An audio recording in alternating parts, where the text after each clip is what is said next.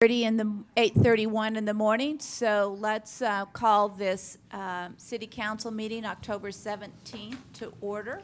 We will wait just 2 seconds for Mr. Hebert to arrive.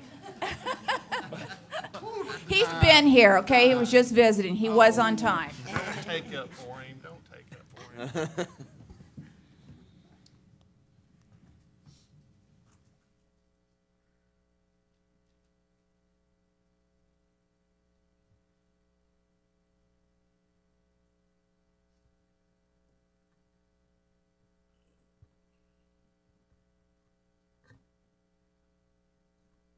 Good morning, everyone. We're going to start off with a prayer, and we're going to ask Brian to please lead us in the prayer today.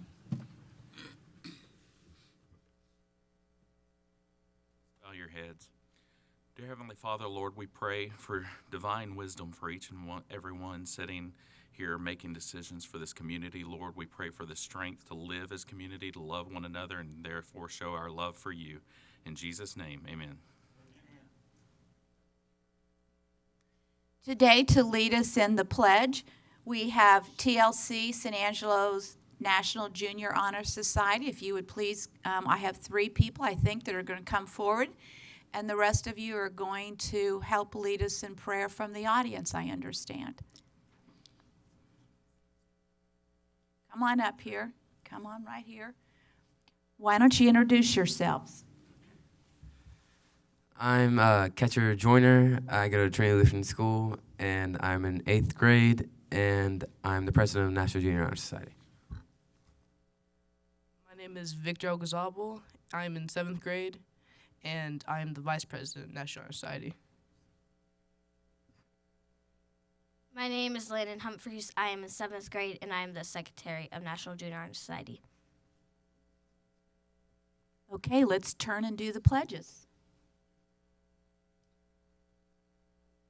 Allegiance to the flag of the United States of America and to the republic for which it stands, one nation, under God, indivisible, with liberty and justice for all. Honor the Texas flag.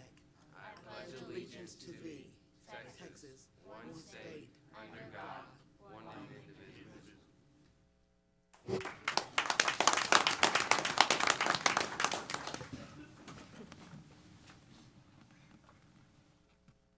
To start off with our proclamations today, we are going to recognize a Public Safety Communications Center. Is Steve Mild here this morning?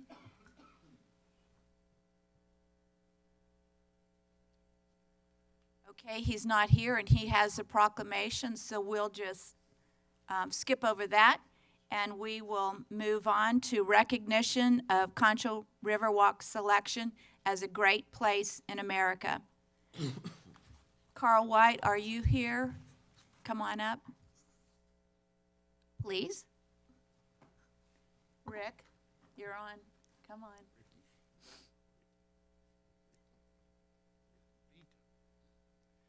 San Angelo has always known the Concho River as a treasure. Now the whole country knows it too. The American Planning Association has designated the Concho River Walk as one of the great public spaces on its list of great places in America. The Great Places in America program recognizes streets, neighborhoods, and public spaces that demonstrate exceptional character, quality, and planning. Such attributes enrich communities and facilitate economic growth while inspiring others around the country. The River Walk embodies a unique place that is exemplary in its amenities and infrastructure, in its cultural identity, and in the use of sustainable and innovative practices. Thanks to a $15 million investment by San Angelo voters, the River Walk has been transformed into an engaging place that offers locals and visitors alike a place to gather, to socialize, and to celebrate with a steady stream of fun and relaxing activities. The project also could not have happened without the visionary foresight and committed resolve of those who planned and executed the Riverwalk's rejuvenation. The hope is that landing on the Great Places in America list will help put San Angelo and our Riverwalk on the map, much as has been done for the Strand in Galveston and the Pearl Brewery in San Antonio. Therefore, I, Brenda Gunter, Mayor of the City of San Angelo, on behalf of the City Council, do hereby recognize and applaud those responsible for the Concho River Walk for their achievement and positive determination to make a difference in our community. The Concho Riverwalk is a treasure.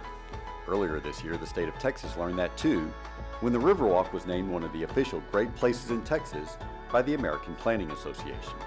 Now, the whole country knows. The APA has proclaimed the Riverwalk as a great place in America, making it one of only 5 spots to earn that honor this year. It's really unexpected. It's beautiful. I love just the elements of surprise that come along as you're walking through the river, the art, to see all the different kids and family and community of all ages down here walking. It's special. The remaking of the Concho River was made possible when voters approved using the half-cent sales tax to renovate its 4-mile stretch through downtown. More than $15 million has since been invested along the Concho. Among the improvements, the riverbed has been dredged, improving water quality for plant, fish, and animal life. The banks have been fortified to stem erosion. The walking path has been smoothed and punctuated with plenty of places to lounge. And alluring features have been placed all along the trail, from public artwork to soothing lighting to the Bosque Games Court. The renovation has given the Riverwalk new life. Today, the Concho River is alive with activity. The community's favorite gathering spot plays host to the annual Riverfest and offers family a steady stream of fun. It's also given San Angelo a unique sense of place. If you try to do something like this in the middle of nowhere, it just wouldn't work. But it's the interconnections with downtown and just the linkages that the river connects is what really makes it even better. Local officials also hope the spotlight will help put San Angelo and its Riverwalk on the map, much as it has done for Galveston Strand and the Pearl Brewery in San Antonio. Now America gets to find out what a great place San Angelo is and what we have to offer not only to our residents, to visitors, to businesses, anyone wanting to relocate or retire here. This is a reason for people to want to do that. For SATV, I'm Anthony Wilson.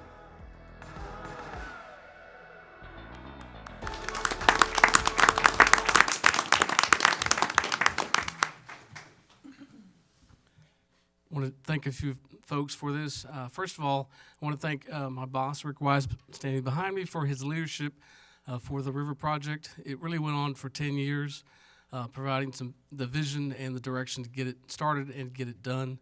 Also to thank the public for their support of the half-cent sales tax. That helped. It could not happen without that. I also want to thank Brent Casey, if you could come up here a second. He's wondering why he's involved. To receive this award, we basically created an event, Bosktoberfest, and it was Anthony Wilson's idea to do the event, which turned out really great. But I want to recognize Brent because we've got a perfect meld of parks. We have a wonderful space in the River Park, and now we've got an awesome recreation manager. He took the event, organized it, basically created all the details, and he even dressed up in lederhosen to walk around City Hall and the community promoting the event. He was worried we wouldn't have a good turnout. We had an awesome turnout. We had, the police estimated almost 1,000 people down there at the Little Bosque. And I want to personally recognize him for his effort to make that event work.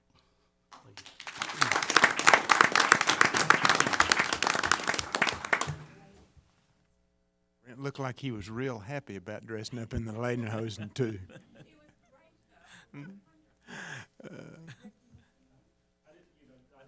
Add any more than what Carl Letters said. Thank you to the planning department for recognizing it and for APA for noticing and recognizing what we all knew was a great place. It's just getting it officially stated. So thank you.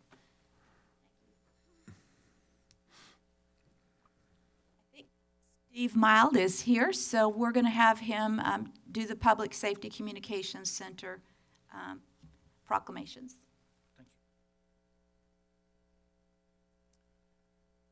Chief Carter.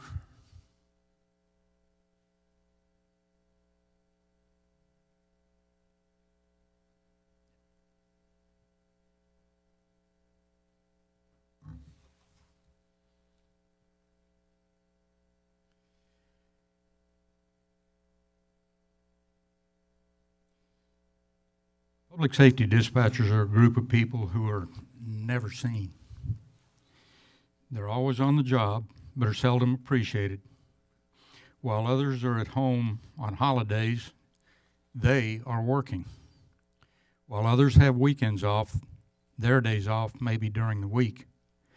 No one ever thinks about them until something goes wrong or someone did not get help as quickly as they thought they should. They work behind locked doors where the public doesn't go. Their job is one of the highest pressure jobs that there is. They must remain calm under the most adverse of conditions and be able to think on their feet. They cannot afford to show their emotions, no matter how desperate the situation is. San Angelo is blessed by having some of the best dispatchers in the state. This was evidenced on the afternoon of September 14th when there was a large wildland fire in the south part of the county. The fire resulted from a controlled burn that had blown out of control and had jumped an established fire line. The fire was threatening several homes and other structures, and the resources on scene were inadequate to control the fire. At the same time, there were multiple events happening in the city. Two dispatchers, Linda Waller and Sarah Reese, were on duty, and they were able to manage the multiple events in a very professional manner and were able to secure the assistance that was needed on the fire in the south part of the county. No structures or homes were lost due in large part to the quick response of the dispatchers. We'd like to take this opportunity to publicly recognize these two professionals for an outstanding job.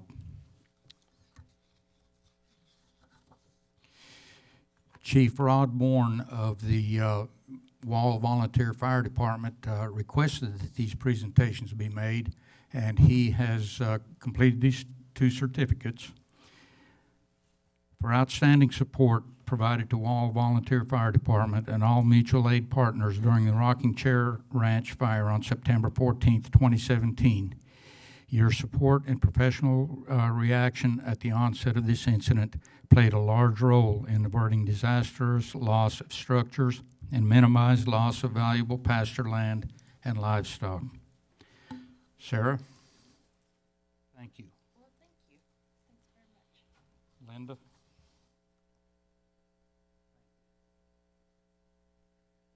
I think these ladies and all public safety dispatchers need a large round of applause, and thank you for your service to the community.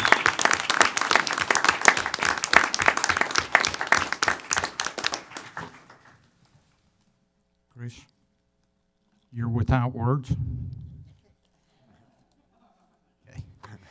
Thank you very much, and again, dispatchers, thank you very much for the job that you do, and we want to see more of y'all getting recognized.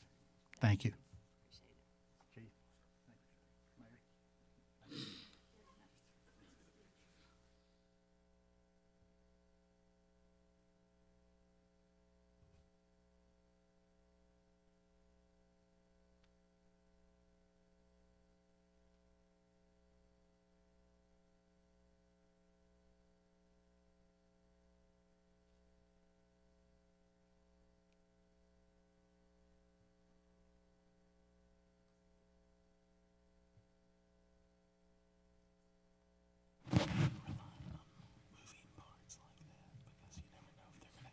Recognition of Sydney Walker, Civic Events Manager, for going beyond and above what is expected and stepping forward and helping raise needed funds for Hurricane Harvey relief. Sydney Walker, Civic Events Manager, has gone beyond and above what is expected in stepping forward and helping raise needed funds for Hurricane Harvey relief. On Sunday, October 8, 2017, the City of San Angelo hosted a concert to raise funds for Hurricane Harvey relief. Heading the concert was our local Grammy Award-winning Los Lonely Boys. The turnout was great, and more than $10,000 was raised for Robin's Heart Foundation, an official 501c3 nonprofit charitable corporation created by Houston native rapper Chameleon. Chameleon Air attended the concert, greeted fans, and thanked Los Lonely Boys for their generosity. The benefit concert would not have happened without our Sydney. It was his idea, and he worked with his personal connection. chameleonaire to make it happen. Sidney made a cold call to Los Lonely Boys, and because of his charisma and the cause, they agreed to do the concert at no cost to them as artists. Sidney's efforts are commendable and a true example of the charitable and can-do San Angelo spirit to get things done and help others out. We thank you, Sid, for your compassion and hard work. You're a great reason San Angelo is a great place to live and work. Now, therefore, I, Brenda Gunter, Mayor of the City of San Angelo, Texas, on behalf of the City Council, do hereby recognize and applaud Sidney Walker.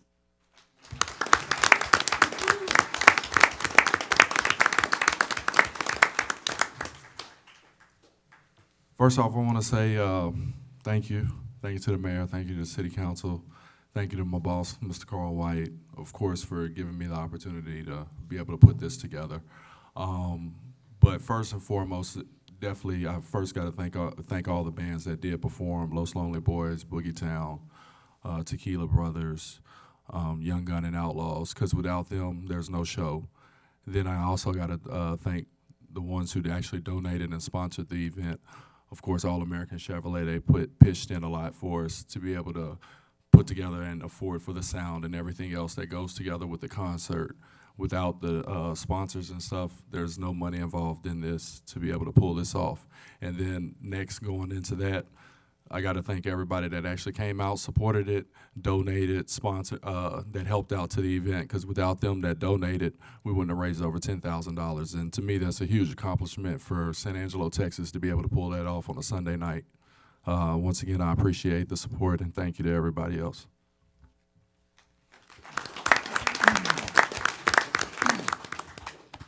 I want to say a few quick words. So we all remember the end of August with the hurricane, which seemed to never go away and flooded Houston. And it was immediately right after that happened that Sid came to me and said, I want to do a benefit concert. And I said, okay, can you put it together? And he put it together. His personal connection with Chameleonaire, is that correct? No, we're going to go Chameleonaire. See, I don't know. And if you, I looked on Facebook. He's got about 1 million followers, about 300,000 on Twitter. So he's a celebrity. Although I don't know the rap world, but Sid has a personal connection with him because of the business, and he made a cold call to Los Lonely Boys, and because of his charisma and who he is, they immediately agreed to do it just for the cost of the crew. And Sid has a big heart. If you don't know him, he's very passionate. He's got a big heart. And this would not have happened without him. It truly shows his commitment to the community, the greater community, and he's really got a big heart for helping out others. Can you tell us about the nonprofit that the money was raised for, who it is, how it was spent? The nonprofit for it was for Robin's Heart Foundation, which is founded by Chameleonaire.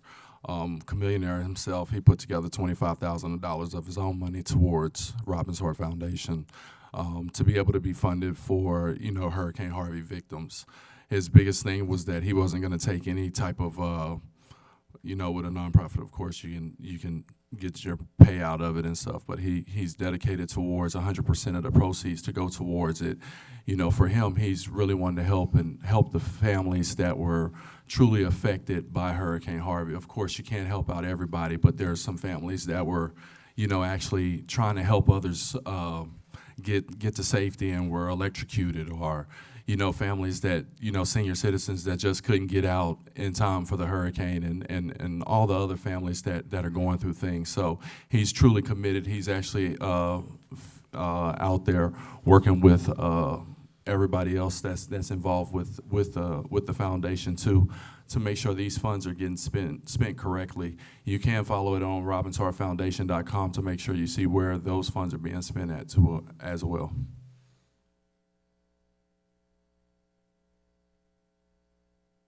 Billy Nahara. I've had the privilege of being Sydney's board chair for the civic events, and in that last couple of years since I've met Sydney, if you've ever met him and had a conversation with him, I'll reiterate what Carl said, you realize what kind of passion Sydney has for civic events and hosting shows. When he had the idea, from idea to inception, when the concert happened, he put it together in about 3 weeks. Okay, that doesn't happen without a lot of tenacity, persistence, and just, you know, just loving what he does. So I commend Sydney, and man, I sure am glad being part of civic events with this guy there.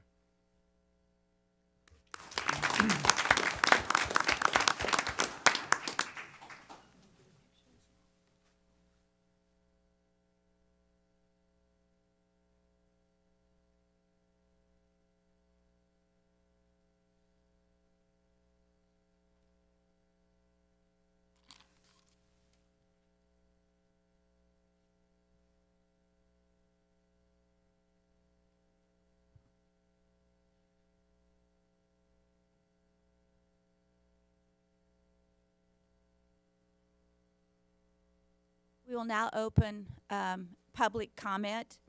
Please turn off your cell phones if you've not already done that. Issues or items that are not on the agenda may be raised by the public at this time. Citizens should speak from the podium, begin by stating their name, and limit remarks to less than 3 minutes. Council members may request that a discussed item be placed on a future agenda. The council takes public comment on all regular agenda items during the discussion of those items. Mr. Hebert, do you have anything you want to pull off of the consent agenda? No, ma'am. Nothing to pull. G. Billy? Nothing. Lane? Nothing. Lucy? And I want to pull H. So at this point, we will ask for a motion to approve all consent agenda items except for G and H. So moved. Second. All in favor? Aye. Passes 7-0. Harry, you want to talk about item G, consider purchasing 2 12-yard dump trucks in an amount of $208,112 from Lone Star Freightliner DBA Corley Freightliner, budgeted in fiscal year 18, utilizing bid VM0215, previously awarded on April 7, 2015, and authorizing city manager or designee to execute related documents.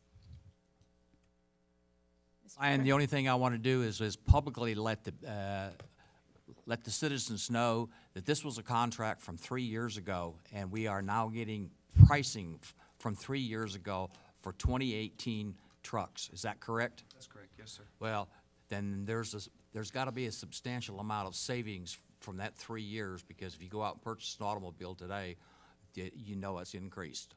So move to approve. Second. All in favor? Aye. Item G passes. Item H, consider ratifying COSA DC's approval of a resolution authorizing the board president to negotiate and execute task order number 2 to professional services agreement RFQ DC 0217 with Park Hill Smith and Cooper Incorporated in a sum not to exceed $280,000 to perform professional engineering and survey services for infrastructure for the San Angelo Business and Industrial Park, subject to approval of the City Council for a project necessary to promote or develop new or expanded business enterprises as authorized under the Texas Development Corporation Act. Mr. Pena, you're on. Good morning, City Council. Good morning. Mayor. So I gather you just want some background here? Yes, is this, I want to know, is this this is only in the second section of the development, and is this to accommodate and make sure that the AEP project stays on schedule? It is. So let me provide a little bit of background. The Coast DC embarked on a certification process in about 2015, early 2015. We completed that in 2016. As you know, parcels have been selling at a rapid pace there. We've sold over 117 acres. Total since inception, 121 acres. At the time that we began the certification, we had 138 acres available in phase 1. So part of the certification included a master plan that allows us to create improvements in phase 1 and move into phase 2 because we're having these parcels sell. So as part of the master plan, we were planning to move into phase 2 when one of our existing businesses, American Electric Power, purchased 52 acres of property to build a new facility, a new transmission services operations facility. And most recently, they advised us that they're moving very quickly. They would like to break ground possibly in December or January. So bids are on the street at this moment. Our purposes are to continue to provide the improvements that are necessary. If you look at the map, you'll see some stormwater runoff drainage that we need to build there, water retention pond, because we are having flooding in phase 1. And so this will provide utilities and these drainage improvements to phase 1. It'll also help AEP, and we're trying to meet their deadline so that they can begin construction of their facility. So it'll provide utilities into that portion of phase 2 that affects AEP. However, we will plan for the rest of phase 2. The other driver in this phase 2 is that we're going to have some highway improvements. You may or may not be aware on Highway 67 where there'll be an underpass, and so we'll have the thoroughfare plan connects that top portion of phase 2. So in essence, we're planning not only for AEP but future growth in phase 2. The task order that you have in your packet does show planning and platting. This is a requirement from our development services. We have to do some platting to accommodate AEP. It'll include the infrastructure design and the bidding and construction of these improvements. Notice the timeline. We will have construction drawings submitted to the City of San Angelo on December 1st of this year with the portion of infrastructure required for the AEP lot. Also, final construction drawings for submission to the City of San Angelo on February 1 for 2017 for the remainder of the infrastructure that is needed in phase 2. So with that, I'll be happy to answer any additional questions that you may have. I want to make sure that the timeline on all of this work is satisfying AEP, because I know they've been upset that this project has been delayed and not on a time frame that they had hoped and anticipated. So I want to know if in fact that does that. And number 2, I need to know if when we are opening, quote, the ditch for utilities, that all utility work is done at one point in time so that we don't spend extra money redigging the trench and laying more infrastructure at a secondary time, which is quite expensive. I can say yes to both those questions. I can answer yes. With that, are there any other questions for Roland? Do I have a motion for approval? Move to approve. All in favor? Aye. Passes 7-0. Thank you. We will now move into the regular agenda. Item A, presentation on the street seal coating process and evaluation. Lance, you're on.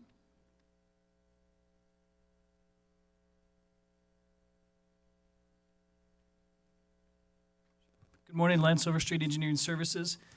A couple of councils ago, Councilman Thomas had asked that we give a presentation on seal coat, just to kind of give you guys as council members an idea of what is expected and what is a part of seal coat and really why we do it. And then also, too, to answer questions when you guys get residents to call and discuss what's going on with that, how you can better understand what the process is and what's expected of it.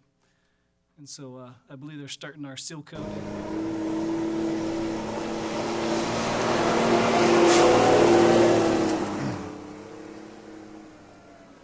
So you can see right here that this is actually an application of seal coat, and the whole seal coat process is done really because of how we have our standard of asphalt pavement here in the city.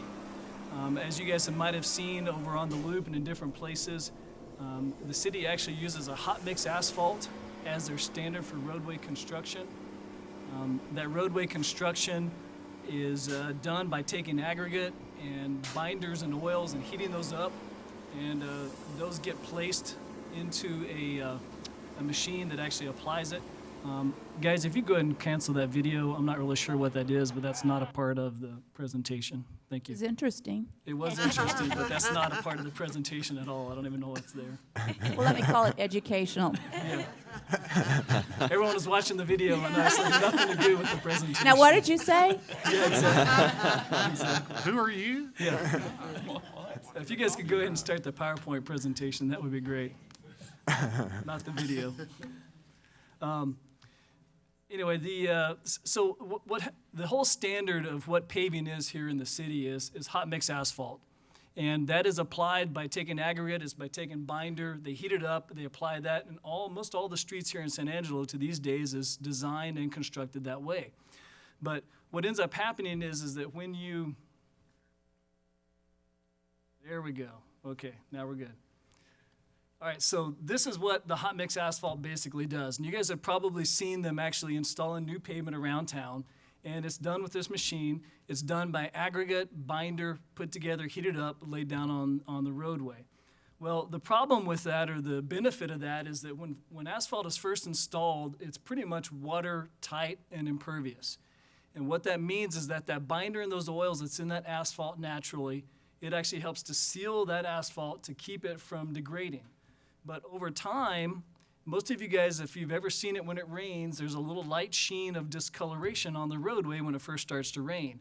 And what that is that's literally that binder or that oil in the asphalt being released out of the asphalt because it is degrading. And what ends up happening is the UV, the sunlight, the traffic, the rain, sleet, snow, all of those things break down that binder. So what ends up happening is you end up losing your top coat of binder, and when that happens, you start seeing a degradation of the asphalt. And if you don't do anything about it, what ends up happening is that degradation will literally just destroy the entire portion of the asphalt over a long period of time. So what we do with the seal coat is we're basically restoring that water tightness or that water seal to the top of the pavement where it actually experiences the most amount of damage. And so what ends up happening is if unprotected or untreated, asphalt will only last about 20 to 25 years on average. So if you put down new roadway and you don't touch it, within 20 to 25 years, you're going to be digging it up and replacing it. And that's just the nature of the way asphalt is. And that is an average. Here in West Texas, with the intense amount of sun that we have and with some of the traffic that gets on those different roadways, it can be even less. And so the whole idea of applying a surface treatment is it's a maintenance, and it actually extends the life. And it can extend the life somewhere between 4 and 5 times longer just by performing a routine maintenance of that new sealer. And so they recommend actually sealing a street about every 3 to 7 years on average. As you guys know, about 2 years ago, we put a plan together so that every 8 years, essentially every street in the entire city would be resealed. And the reason for that is because of that time frame. Okay, so the whole idea of seal coat is really the oil that's there. And as you guys saw the video that was played earlier, that oil is applied to the street, and really that oil is what seals the street. That's what's rejuvenating the asphalt. That's what's giving us the benefit. And from an engineering standpoint, if you could put the oil down, we would be fine. But the reality of it is that oil is actually a heated oil that goes down on the roadway, and you guys can imagine if you've ever been in your car and you've gone through a freshly sprayed area of oil, you do get a little bit of oil up in your car. Well, can you imagine that if all we did was put the oil down and we stopped there, everyone that drove around in those neighborhoods would actually have so much oil on their cars, oil would be coming on the tires, it would be making a big mess. But the reality of seal coat is that oil is really the benefit, okay? That oil is actually applied at a rate. It's based upon the gallons per yard. We had that in our specifications as to what that range is and what they're shooting for. And the thickness that oil goes down is really based upon several factors. One, what the condition of the roadway is to begin with. As you can imagine, the more cracks, the more damage to the road, the more oil it takes to seal that. Also, two, the amount of the temperature of the air. The cooler the temperature is, the thicker you have to apply that oil to make it stick. Not only that, but if you have an area that has a lot of shade and a lot of canopy, a lot of trees, that cools the surface down, that also too has to be applied thicker to allow for the aggregate to stick. So what is the purpose of the aggregate? The purpose of the aggregate is so that way the roadway can be accessed in a very quick time. And it also too prevents that oil from being removed from the pavement. So when you guys see the aggregate put down, a lot of people have a perception that when the aggregate goes down, that should be all you see is rock from edge to edge. Really, that's not the case. All we're really concerned about is making sure there's enough rock there that as cars drive over, they're not damaging the oil, which is what the benefit is. And so a lot of people have in this mind that seal coat also too is going to fix all the ride quality issues. Well, seal coat is a surface treatment. If you have a rough road before seal coat, you're going to have a rough road after seal coat. Seal coat is not designed to repair rough roads. It's not designed to repair potholes. Seal coat is a surface treatment that's designed to prolong the life of that pavement. And so here's a couple of examples of one is too much rock. If you can look in there and you look at it, you really don't see a whole lot of the asphalt in that picture. And so if you look at it and you guys can see it, the one side you can see a whole lot of asphalt and not a whole lot of rock. Okay, each of these is kind of has its own problems. One, if you don't have enough rock, then you're going to have vehicles sticking to that asphalt and possibly peeling it away. If you have too much rock, what ends up happening is the rocks actually rub against each other, and they can actually turn into powder, and it can actually then also too make the rocks actually dislodge because they're actually rubbing on each other. And so as we're installing this pavement, we actually, and you guys could, as the video was showing earlier, they're blowing and going through this stuff. I mean, they're actually moving at 30 miles per hour almost as they're installing the oil and as they're putting the rock down. They're driving pretty quickly. Well, we are actually making adjustments throughout the day based upon visual inspections of how that product looks and how it looks on each street and how much aggregate seems to be wanting to come loose during the day. And so they are making little adjustments on those machines almost on a daily basis, almost on a street-by-street basis. And then what we do at the end of the day to determine what those rates are is we add up all the quantities in those areas. And so our inspectors are out there daily measuring the streets, daily looking at things. We, when the seal coat process is going on, we pretty much pull every inspector from every project that we physically can, and we put them on seal coat. We borrow from other departments as well, and we end up having somewhere between 6 and 8 inspectors and or personnel that are dedicated to the seal coat when it's going on, just to maintain and inspect what's there. So what does a good mix look like? As you can see in this picture, this is really what we're looking for. So when you look at these and you see the rocks, you can almost see a little bit of asphalt or oil kind of around each one of those. And the reason for that is because you know that each one of those separate little aggregate pieces or separate little pieces of gravel is going to have enough oil and binder to keep it in place. That is actually the goal of what we're looking for. Now, I will tell you that each one of these pictures is from this year's seal coat. Okay? And the reason why you have such variability is one, the one with the most rock there is actually in the middle strip. And as you guys know, when that distributor is laying down, it actually has to overlap a little bit. And so that one that has a little bit too much rock is actually right down the middle of the roadway. And we kind of know that's going to happen. Okay? The area that has too much oil is at an intersection on the edge where they actually were passing in two different areas, and that edge has a tendency to be a little bit lighter. Because if they put too much rock on the edge, it ends up in the gutter, and then people complain about having rock all over the place and things like that. So even though all of these pictures are from this year's seal coat, what we are doing visually is we're actually looking at the roadway in terms of how does the whole roadway look. We're not necessarily going each little foot by each little foot and then having them adjust it, because if you did that, you would actually end up having the guy with the dial sitting there dialing up and down, and you would slow the whole process down so much that instead of doing all the seal coat within a matter of a couple of weeks, it would be a matter of a couple of months, and then the price would go up exponentially. So the whole idea of our seal coat process is really to protect and maintain the asphalts that's there. And so there's really kind of a lot that goes on. And so we just really wanted to kind of educate you guys, so that way also when you guys are going out and driving around when the seal coat happens, and when you guys have residents that complain, at least you guys kind of visually have an idea of what to look for.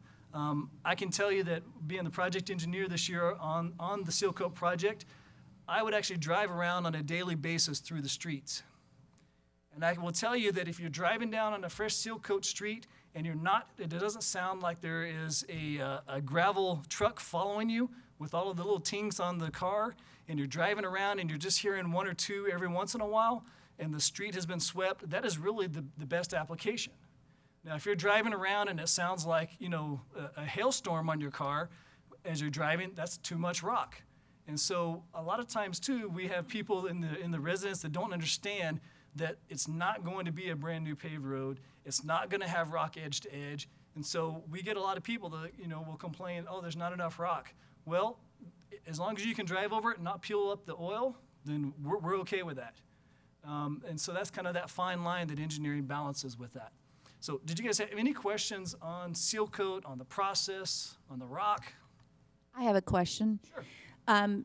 You mentioned it earlier that, of course, seal coat doesn't take care of potholes, but the question is, do we make sure that the potholes are filled and taken care of before we seal coat? Because what people say is happening is we're seal coating over potholes, and the potholes still exist, of course, because seal coating isn't filling the potholes, but are we coordinated so the potholes are done first and then seal coat follows? Yes, we do. Actually, engineering and operations does work hand in hand in that.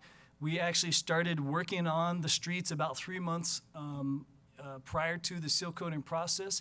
However, the street and bridge department kind of had a crisis of personnel. They lost around 12 people and were extremely short-handed. They just barely had enough individuals to maintain a normal schedule. And so therefore this year, we didn't quite have as much attention just because of the lack of personnel that department was experiencing. And so we do work ahead with them. That the seal coat budget actually comes from operations and street and bridge, so they're very well aware of what our time frames are. We coordinate that. Typically, we give them the map about 3 to 4 months ahead of time so they can get a jump on it. It's just that this year they were just so short-staffed that they experienced difficulty in getting ahead of us as much as they would have liked to. So when someone says, my street's now been seal coated, but I still have potholes, what's the answer?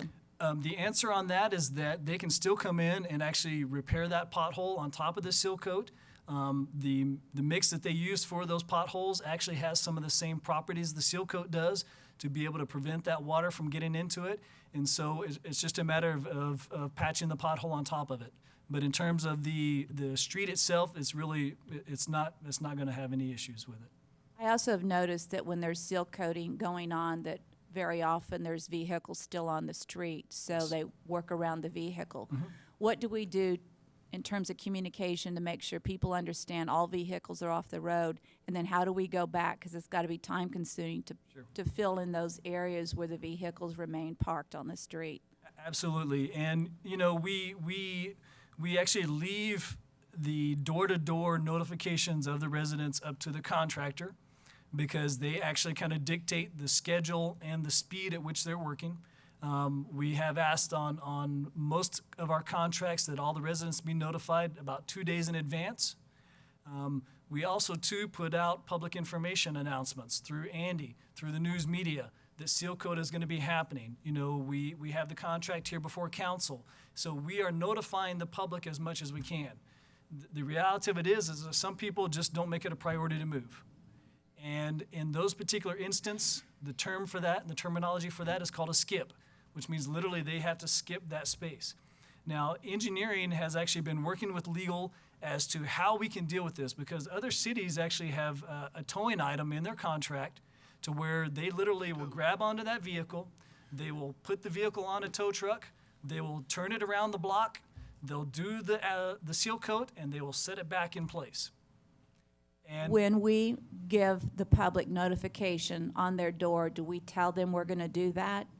Or do we just kind of let it be, hey, if your car's there, like whatever? At this point, we don't do towing because we have not been able to work out the legal hurdles and the responsibilities and the liabilities and things like that. Midland and Odessa and some of the other cities actually have it in their ordinance that for this maintenance operation, they can and will tow vehicles. At this time, we don't have it because there is some concern about the liability issues. And so engineering has been working with legal over the last year to try to resolve this and are still working on it, and hopefully we'll have an answer for that in the near future. Are those spots still bare where we ran into those situations this year? There are some. Most of them we end up getting remedied by the pressure of the neighbors in the area, because when someone leaves their vehicle there, usually all their neighbors are the one that calls the engineering office and let us know, and we just kindly just ask them to go and communicate with that neighbor to get their vehicle out of the way and let us know, and we'll come back and do it. And I would say about 95% of the time that vehicle gets moved. Lance, I have a question. You know, you made it very clear that the potholes and rough roads are not remedied by the seal coating. So is there a plan to deal with the rough roads? I've had calls from people saying, you know, these rough roads have my car rattling and everything. So is there a plan to deal with rough roads? So we do have a plan. You know, as you guys well know, that the major roadways with our CIP projects, we are dealing with a lot of the major roadways. As you guys also know, the council approved a new piece of machinery for the street and bridge, which is a reclaimer or a recycler. And so the whole idea is that they can actually then go into a neighborhood and go through some of these old roadways and literally rehabilitate the roadway in place. And so we are looking at that. They are working on trying to get that dialed in and make that operationally better. But that is really the direction we're going, is that machine is going to primarily be more of neighborhoods and collectors and the lower traffic stuff. The CIP is going to handle the larger traffic areas. And so we do have a plan in place to try to get to that over time. What's the time frame on that land?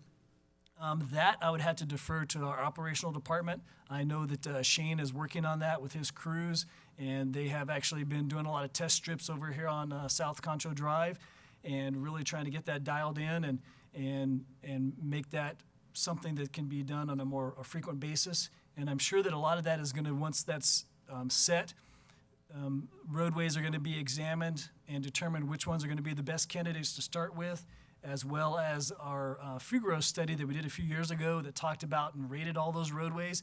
Naturally, the ones that are probably in the worst shape are going to be the ones that we tried to target first. But we didn't seal coat those first, right? Because I think that's the question mark, is if we've already seal coated them, now we're going to go back and tear up the seal coat to repair the street, because that doesn't sound financially correct. Actually, it is, because the seal coat will preserve it in whatever state is in, so it does not continue to get worse and worse. And so if it's not in the best shape and we seal coat it, at least where it's at right now, we can kind of halt it to where it's at. The other thing is that the aggregate and the oils and things like that that are in the seal coat actually are needed on a lot of those roadways to help to bring the oil content up when you repave it. Remember when I said as those oils wash out, the aggregate is left alone. So if we have a roadway that's just all aggregate, then the city has to go in and add oil into that mixture and that machine to get that oil level up. So in some instances, the oil that we're putting down is beneficial. There are some instances where the oil we put down may be a little bit too much as well.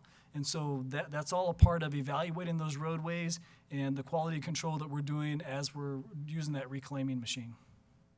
If I remember correctly, correct me if I'm wrong, Shane, I believe that question came up when we were purchasing the Benedetti, and seal coating actually helps the overall process before, if the Benedetti would come up, because it's rejuvenating it that way. It can, yes. And does it decrease cost on what I think it's $5 to $6 per square yard with the Benedetti? Does it decrease it at that point even less? That's about the cost of the operation of the machine. The rejuvenator is probably that we have to use in the machine if we don't have enough oil in the asphalt itself. It's probably one of the smallest costs we have with the machine, so it's not going to reduce it a lot. Now, one thing that we will do if we believe that we're going to schedule a road within, say, 2 to 3 years of recycling it, we will try to not place a seal coat on it, just because a lot of times that very fresh seal coat can actually catch on fire faster. And so if we have a real thick layer of seal coat on there, we try not to have it within about a 3-year time frame to let that seal coat really cure out. But other than that, like as Lance said, actually applying that to a road that's maybe 3.5, 4, or 5 years out is actually a good thing, so we can actually preserve the road in the best condition we're going to be able to keep it in until we can get the recycler on that roadway. I know the 2 questions and calls that I got with concerns from citizens on this year's cycle was the potholes and the lack of rock. So is it too late for some areas if you and I can maybe go drive around on our district and find? Sure. Sure, we can definitely look at that. I will say that as far as the quality of seal coat, engineering believes that this year's product was probably the best one we have seen in several years. We really believe that we've, in a lot of instances, have been over-applying our rock, and that creates a lot of problem down the road. It creates a lot of problems with sweeping. One thing that engineering did make a move to do a few years back was to actually put out a much harder, higher quality rock. And the reason for that is because in instances when the rock is over-applied or in instances when the oil is under-applied, that harder rock prevents it from turning into powder and actually just losing the whole seal coat application. And so, we really were watching the rock rate this year because we really feel that it was over-applied last year and created a lot of sweeping and created a lot of after work. And this year, we really feel that it's probably one of the better products in terms of the rock that was stuck down. Of course, if we need to, we can always apply a little bit more rock, but the reality of it is if there's enough rock that the oil is staying down, the oil is really our benefit.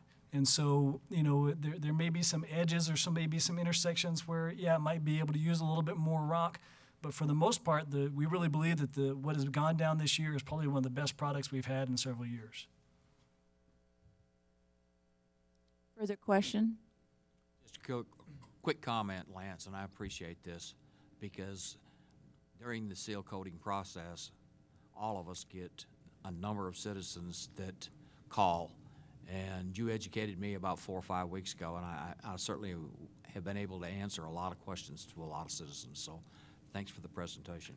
Absolutely, and if you guys ever have questions on that, we're more than welcome to answer them at any time. Thank you very much. Thanks, Lance. That tow program in District 4. If I could, I would like to, with council's approval, move item E up for presentation. We have several people in the audience, and because we're going to have to break for a chamber luncheon, I want to make sure that we get item E discussed before we break. So if John James, you would come up and present item E to us, please. Item E is the first reading and public hearing of an ordinance for Z17-12, a rezoning from the general commercial, heavy commercial, CG/CH zoning district to the general commercial, CG zoning district on 92.36 acres located between West Loop 306 Frontage Road and Southwest Boulevard, generally known as the Sunset Mall, and certain adjacent properties. Thank you. Again, John James, Director of Planning and Development Services. As you mentioned, this is a request to rezone basically this entire area. Of course, the mall is in the center there, but it includes most of the retail area around the mall that is not already zoned, similar to CG. The long-range plan for this area does call for commercial zoning, and as you see there, it is general commercial, and then all of this pink that you can see around the area is already zoned general commercial. It's just this one spot around the mall that is the CGCH zoning. So some of the reasons for approval of this, both our zoning ordinance and our adopted comprehensive plan both indicate that the CGCH zoning was intended to be a temporary issue. When a new zoning ordinance was adopted, there were some areas like this that had an old zoning classification, and at the time, nobody was sure, should it go to CG or should it go to CH? And so this CG-CH mix was created And again, both the ordinance and the plan indicate that over time, each of these areas should be looked at and a determination should be made. Is it more appropriate for CG zoning or is it more appropriate for CH zoning? So it was always intended to be a temporary thing until the appropriate zoning for each of those areas is determined. As I understand it, a few years ago, staff looked at going throughout the whole city and finding all the CGCH and rezoning them kind of en masse. And I think that that maybe wasn't the right tactic to take. But in this case, we're only looking at this one particular area. We don't have any plans to go step by step looking throughout the city. But as issues come up with rezonings of a particular property, we look at the zoning of those areas for possible rezoning.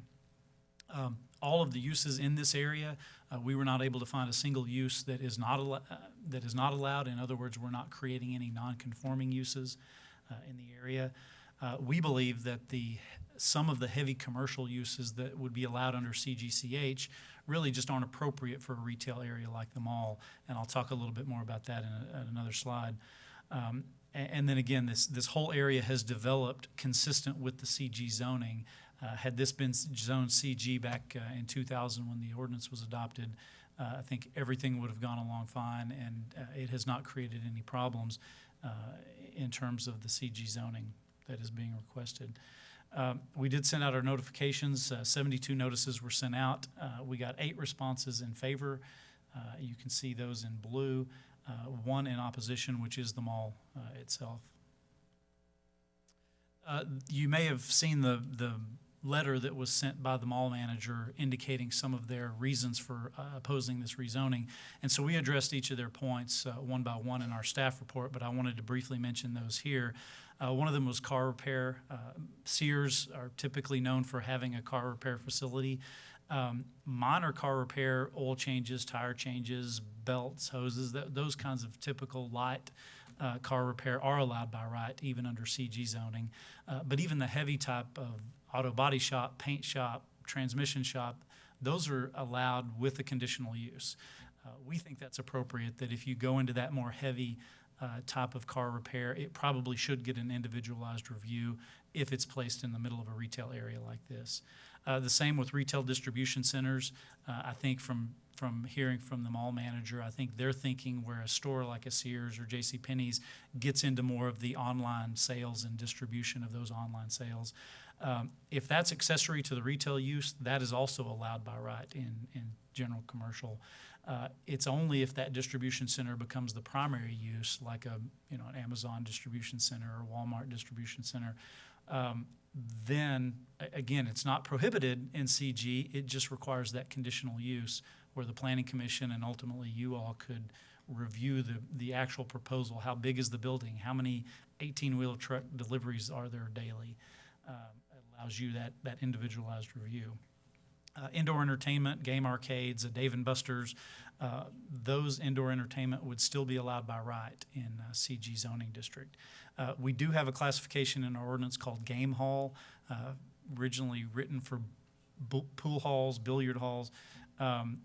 That is a conditional use and would require a separate review and approval. But we're actually right now looking at the process of just eliminating that. We don't think we need to have that distinction between other indoor entertainment and pool and billiard halls. So that would fix that. But again, it would be allowed with the conditional use. And then one of them was a plant nursery. Although our ordinance distinguishes between plant production, which is what our ordinance calls a plant nursery, versus plant sales. So the kinds of plant sales that Lowe's or Home Depot, those would all be allowed in a CG. So a typical home goods store, home improvement store, any plant sales related to that would also be allowed. The one other concern that's been raised is the former lumberyard that's right now Blue Cross. Lumberyard is allowed by right in CG. Both the Home Depot and Lowe's are in CG zoning, so that type of use is allowed within CG. The only distinction really is the amount of outdoor storage allowed. In the CGCH, you can have pretty much unlimited outdoor storage, versus in the CG zoning, it's limited to 10% of the site. Now, with that particular lumber yard, all of the lumber storage in the rear of that, if that were to become a lumber yard again, all of that is under roofs. And so that doesn't count towards outdoor storage if it's under a roof. It would only be purely outdoor storage that would be affected. So we think if that were to reopen similar to what it had been in the past, that would still be allowed in the CG. I wanted to mention one other thing that I don't have in the slides here. One of the comments that the mall manager indicated was about competing with other cities, and maybe a store wants to come in, and while it sounds like a conditional use isn't that onerous of a process, that extra month delay in getting that approval might mean the difference between us getting a business and maybe it going to another mall. We looked at all of our surrounding cities, and Abilene's mall is zoned general retail. That's actually a little more restrictive than our general commercial. They have a general commercial district in Abilene, but their mall is even more strictly regulated than that. The Odessa Mall is zoned light commercial. Again, very similar to our general commercial. In some ways, a little more restrictive, doesn't allow as many uses.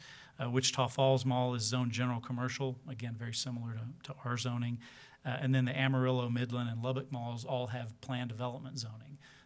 Unique zoning for those sites, but all based on general commercial type zoning.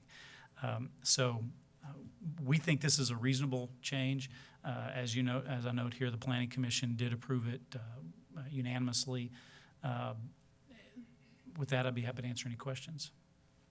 John, when you talk about conditional use, since that was one of the concerns that was mentioned, does the process take up to a month to review that? Because it would come to you, and then it would go to the Planning Commission, and then it would come to us. Well, it only comes to you if it's appealed. The Planning Commission makes the final decision. So once we get an application, it would go on to the next Planning Commission meeting. And so depending on the timing of when during the month they get in an application, it would be on, it could be a month to maybe 6 weeks if they applied just after the most recent Planning Commission. And then again, the Planning Commission makes that final decision. So it would be typically that month time frame. Only if the Planning Commission denied it and the applicant then wanted to appeal it to you would it come to you. So one of the things, John, as you were talking, you mentioned, I guess, the year 2000. Is that when city ordinance indicates that we were looking from changing that combined CG and CH to either one or the other? Yes, unless I've got my dates wrong. I think that was the zoning ordinance that was a major change in the ordinance in 2000. So was there any agreement that you're aware of that it would stay the CGCH as long as they wanted to, or just until the specific designation could be made? Does that question make sense? Well, it does, and obviously I wasn't here at that time, and all I can go by is what was written into the ordinance itself, which indicated that the CGCH is a transition zone that should be looked at going to either the CG or CH or some other district if it's appropriate. That was the language written into the ordinance. That was also the language written into the comprehensive plan, which was subsequently updated, and I forget the date. I want to say 2009, but if there were other discussions at the time, those did not make it into the ordinance or the comprehensive plan. So what prompted you to look at this at that time? At this time, was it just on your list, all of the CGCH properties, to take a look at it, and you're going through that pretty methodically? Well, actually, no. We, as I mentioned earlier, we don't have any plans to go throughout the city looking at CGCH for rezoning. This really came up largely as part of the discussion, if you recall, the conditional use that did come to you on appeal for the dog boarding facility in this general area.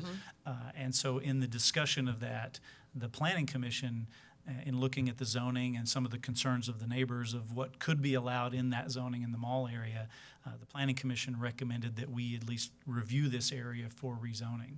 That's what prompted it. Let me ask you a question.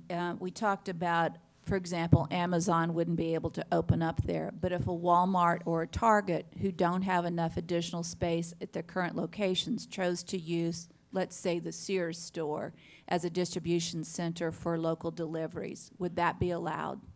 It would have to get the conditional use to review the details of what they were proposing. So it wouldn't be allowed by right, but it would be allowed if they got an approved conditional use from the planning Trigger commission. is if it's over 50% of their ish. Yeah, I wouldn't necessarily say 50%, but really the question is, what is the primary use of the building? If the primary use is retail and the distribution is sort of an accessory to that, then it would just be allowed by right. If it was, the primary use was distribution, then that's what would prompt it to be a conditional use. But when we say conditional use, it really could take 6 weeks, 8 weeks between initial, depending on when the next planning commission meeting happened, the next city council meeting happened, et cetera. So when we're talking about conditional use, it tends to turn off people more than it tends to make someone feel like they have an option to move forward. I think that's correct, although it's also correct that it gives the neighbors some feeling of protection, of knowing that if these heavier uses go in, they would get a notification and have some say in terms of looking at things like lighting and number of truck deliveries and all of those negative impacts that might impact even the adjacent retail uses. And of course, when we were talking about the dog situation, that had an immediate backdoor neighbor called residential to it. When you talk about the mall, you don't really have a backdoor neighbor that's residential. Well, now, in that same sense. Yes, Yeah, but the I'll remind you apartment- that this that area apartment includes all of these other commercial areas, some of which do back up right to those neighbors. So the mall itself does not, but this impacts the retail zoning here and here that is immediately adjacent. So one could actually ask that if in this conversation that we ask to have pulled out of this changing of zoning, the Blue Cross Blue Shield building as well as the mall, and with the approval of the rest of it with a change of zoning, but we could exclude those two properties, correct? That's correct. As with any zoning, you have the ability to rezone the entire area that's before you, or none, or some mixture. You can definitely remove particular properties if that's your choice. John, I got a question. Since the mall is kind of a different animal compared to all of the other stores and areas around there, since you have multiple uses, could you go ahead and tie a special conditional use to it? That way it can kind of, if someone's looking to come in, it kind of expedites that. It comes directly to us. We've already got a special use that they could use some kind of warehouse standards. That way, if someone's looking to come in, it doesn't have to go through another process of planning. Could. I think the concern there is I think if I could speak for the mall manager, I think their concern is they're not sure where the market's going. Right. So as soon as we preemptively say, hey, let's do a conditional use for a distribution center, well, then the use that actually comes in would be something different. I don't want to limit that. We've all seen what's going on with the online sales, and Sure. if we have an opportunity for Sears or Dillard's, JCPenney's to be using that as a distribution center, and that's going to be the make or break of them staying or going. I don't want to downgrade a zoning and prevent that. So A different option that would maybe better get at what you're talking about would maybe to be a plan development for the mall that would be largely based on CG, but that would allow some of these other uses without the conditional use. That would be a kind of a middle ground. That would. So if someone wanted to turn the Sears store into living space, is that able to do that? No, not at the moment, not under our current zoning. In fact, there's a case later on the agenda where a property is being rezoned because it's in the CG zoning, but it is being used as apartments, and so it's in violation now, and this is remedying that problem. But right now, we do not allow apartments. That would be another benefit of something like a PD. I know in looking at malls around the country, that's one of the popular things that malls are doing is building apartments within the mall footprint, and developing more of an urban feel. But that's something they also couldn't do today. John, did you have any comments from anyone that has purchased property knowing that they could do something in CH because it has the designation, that if theirs were changed to solely CG, that we could be impacting something they may just be in kind of in the planning stage in their mind? Did you have any comments from any property owners in the area? The only one would be that Blue Cross building, that the example that I used of if they wanted to go back to a lumber yard. None of the other businesses, in fact, some of the businesses that didn't respond to us verbally told us they were fine with this zoning because it meets their standards. But I'm not aware of anyone other than just sort of thinking what could happen. I'm not aware of anyone who has current plans to do anything that would need the CGCH zoning. Another question, sometimes our boards and commissions as well as city council make some decisions today that while we don't have the crystal ball, I understand that, sometimes we don't think through some of the potential ramifications down the road. Can you think of some things, if this were changed to the CG, some potential ramifications that would be detrimental to future use? I don't think so. I mean, again, most of the uses that have been identified as people having a concern that wouldn't be allowed under the CG zoning, almost all of those are allowed with the conditional use. So it's that extra hurdle, yes, but most of those uses would be done. My concern is actually the reverse of some of the things that could happen under the current zoning that would clearly be opposed by the neighbors and maybe even Tell us what those not just are. the residential neighbors. Well, the example of a distribution center, if somebody wanted to turn the Sears into no retail at all and a full-scale distribution center, you might have dozens or even hundreds of 18-wheeler trucks coming and going a day. And I don't. The logic of that wouldn't seem to be so, because the location of that space and the ability to get to Loop 306 would not be very conducive to someone thinking they could haul a lot of 18-wheelers in and out of there. But that's the same problem we ran into, and our goal is to protect the property as well as the surroundings. So the sand issue we had not that long ago, this was an area that council asked us to look at to make sure that our zoning ordinance, where there were recommendations in it, the things were put in place to protect against those kind of things. So I think, that was an example of, we thought, okay, probably not likely, but it snuck up on us. So this is a way to try and make that work in both regards, if possible. There isn't any railroad going right by this one, right? No, but and so what other else would there be? Well, some of the auto, if somebody wanted to purchase one of these properties right next to the residential and put in an auto body shop with a paint shop, those are the kinds of things. If somebody came in today to want to do that, there's nothing we could do. Not only it's not prohibited, we couldn't put any conditions in place in terms of screening or keeping the paint room at least 100 feet from the residential, anything like that. So that's another example of something that is currently allowed that could be problematic, at least in parts of this area.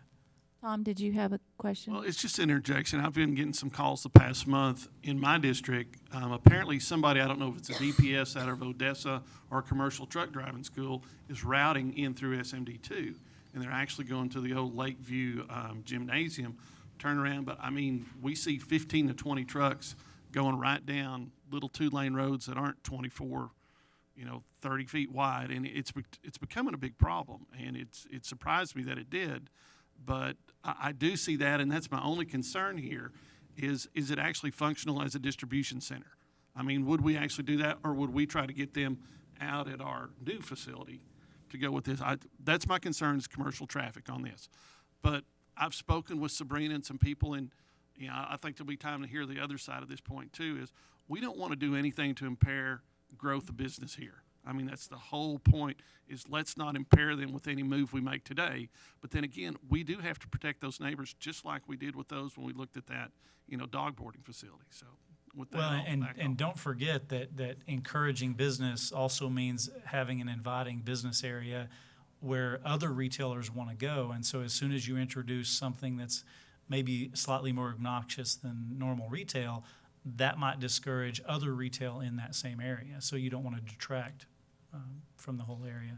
But I also would say that if I own the mall, I'm going to be very protective of my mall, meaning I don't want to create an environment, let's say, that would make other people want to break their leases. I mean, obviously what they want to do is to get the best possible use out of all the square footage that they have. And they don't want to make a decision that's going to have a negative impact on future leases being developed. And certainly in that instance of a paint shop, you probably would get a lot of people who wouldn't want to lease additional space if the paint shop was right there. So I would hope that when we talk about a mall owner, their biggest objective is to lease space and to keep existing leasors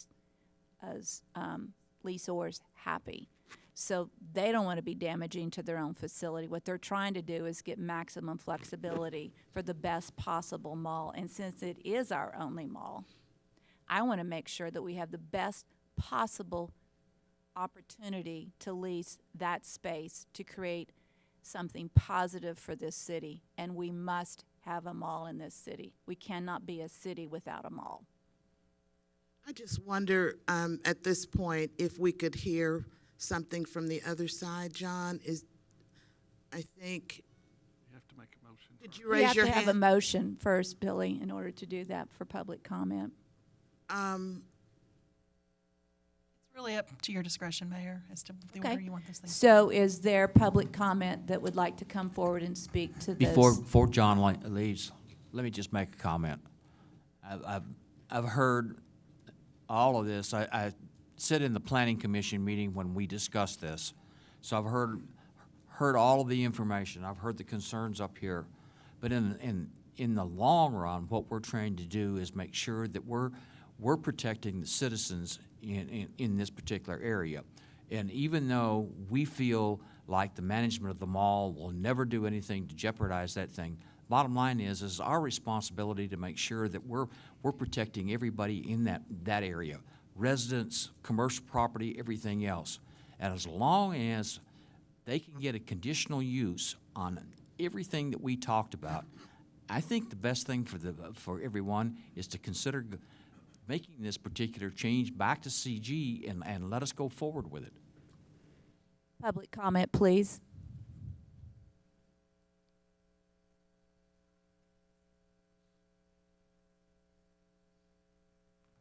Good morning. Thank you for allowing me to speak for a moment. My name is Sabrina Mataj, and I'm the new general manager for Sunset Mall. While I'm new to the position, I'm not new to the mall. I've been there for the last 8 years as specialty leasing and marketing manager. And as was mentioned, the outgoing manager, Stephen Niles, had spoke with planning and zoning, and thank you for putting those points up on the board to share those, so I don't have to reiterate those. But I did want to make a few points on behalf of Sunset Mall.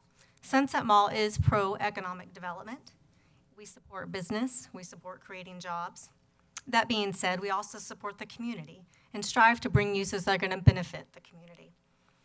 In addition, we are a leader in community events in San Angelo and enjoy engaging with the community. Would you put the microphone a little closer to your mouth, Thank please? you. This reclassification, however, is coming at a time when malls nationwide are changing. Malls are not just retail anymore. Sunset Mall wants to continue to generate a healthy sales tax for the city. We also want to continue to contribute to the property taxes in our area, which as commercial real estate is based on the income ratio approach. So the more money, the more a business is worth, the more property taxes they're contributing. In order to do this, we've already been seeking out alternative uses, not just retail, but alternative uses that make sense with retail to meet the needs of the community. We also have to fit into internal lease restrictions we already have in place, which was kind of touched on already with our department stores. By removing the commercial heavy zoning district to general commercial, there are a few items such as wholesale trade, warehouse and freight movement that would turn into conditional uses. Other items such as apparel and shoe fabrication, optical and scientific instrument fabrication that would be moved altogether. So why is this important? It's been said, well, those things aren't at the mall or any of those other businesses right now. Well, it's important because not of what is there right now, but what is could be. Times are changing. Did anybody here have a cell phone in 1979 when the mall opened? No, but now we have about 4 stores that sell cell phones, accessories, and fixed phones. 20 years ago, we were paying $25 for CDs at a music store. Those CDs are used as coasters now, and I haven't seen a music store in years. The point is that things will change.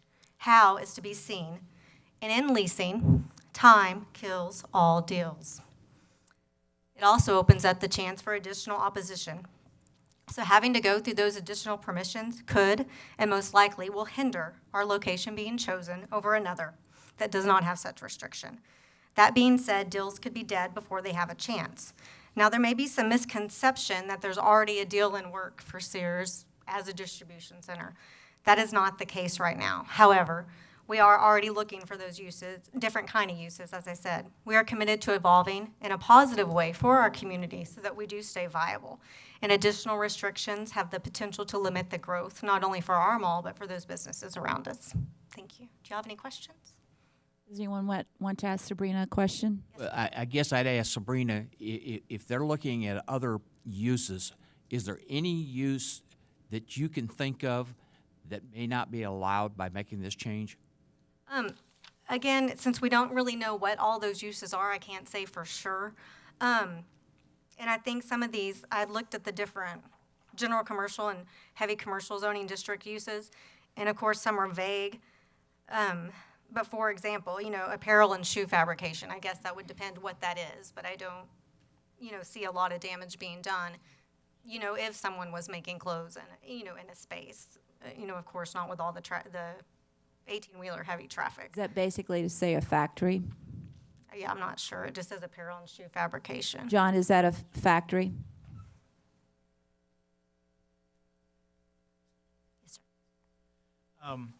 Well, our ordinance makes distinctions. We have, if it's a shoe store that also creates shoes in the back to sell, that would just be accessory to the retail use, and it would be allowed. We also have a category called artisan manufacturing, and that's similar, that if you're creating it for ultimate retail sale, that would also be allowed. It would only be the full-scale shoe factory that would not be allowed. And so I think our ordinance has tried to make that distinction. The kinds of fabrication that I would see going into the mall is already addressed by our ordinance and would be allowed. It's really the full-scale, wholesale shoe creation and fabrication and distribution. That's the only thing that wouldn't be allowed, that sort of, if it falls into light manufacturing.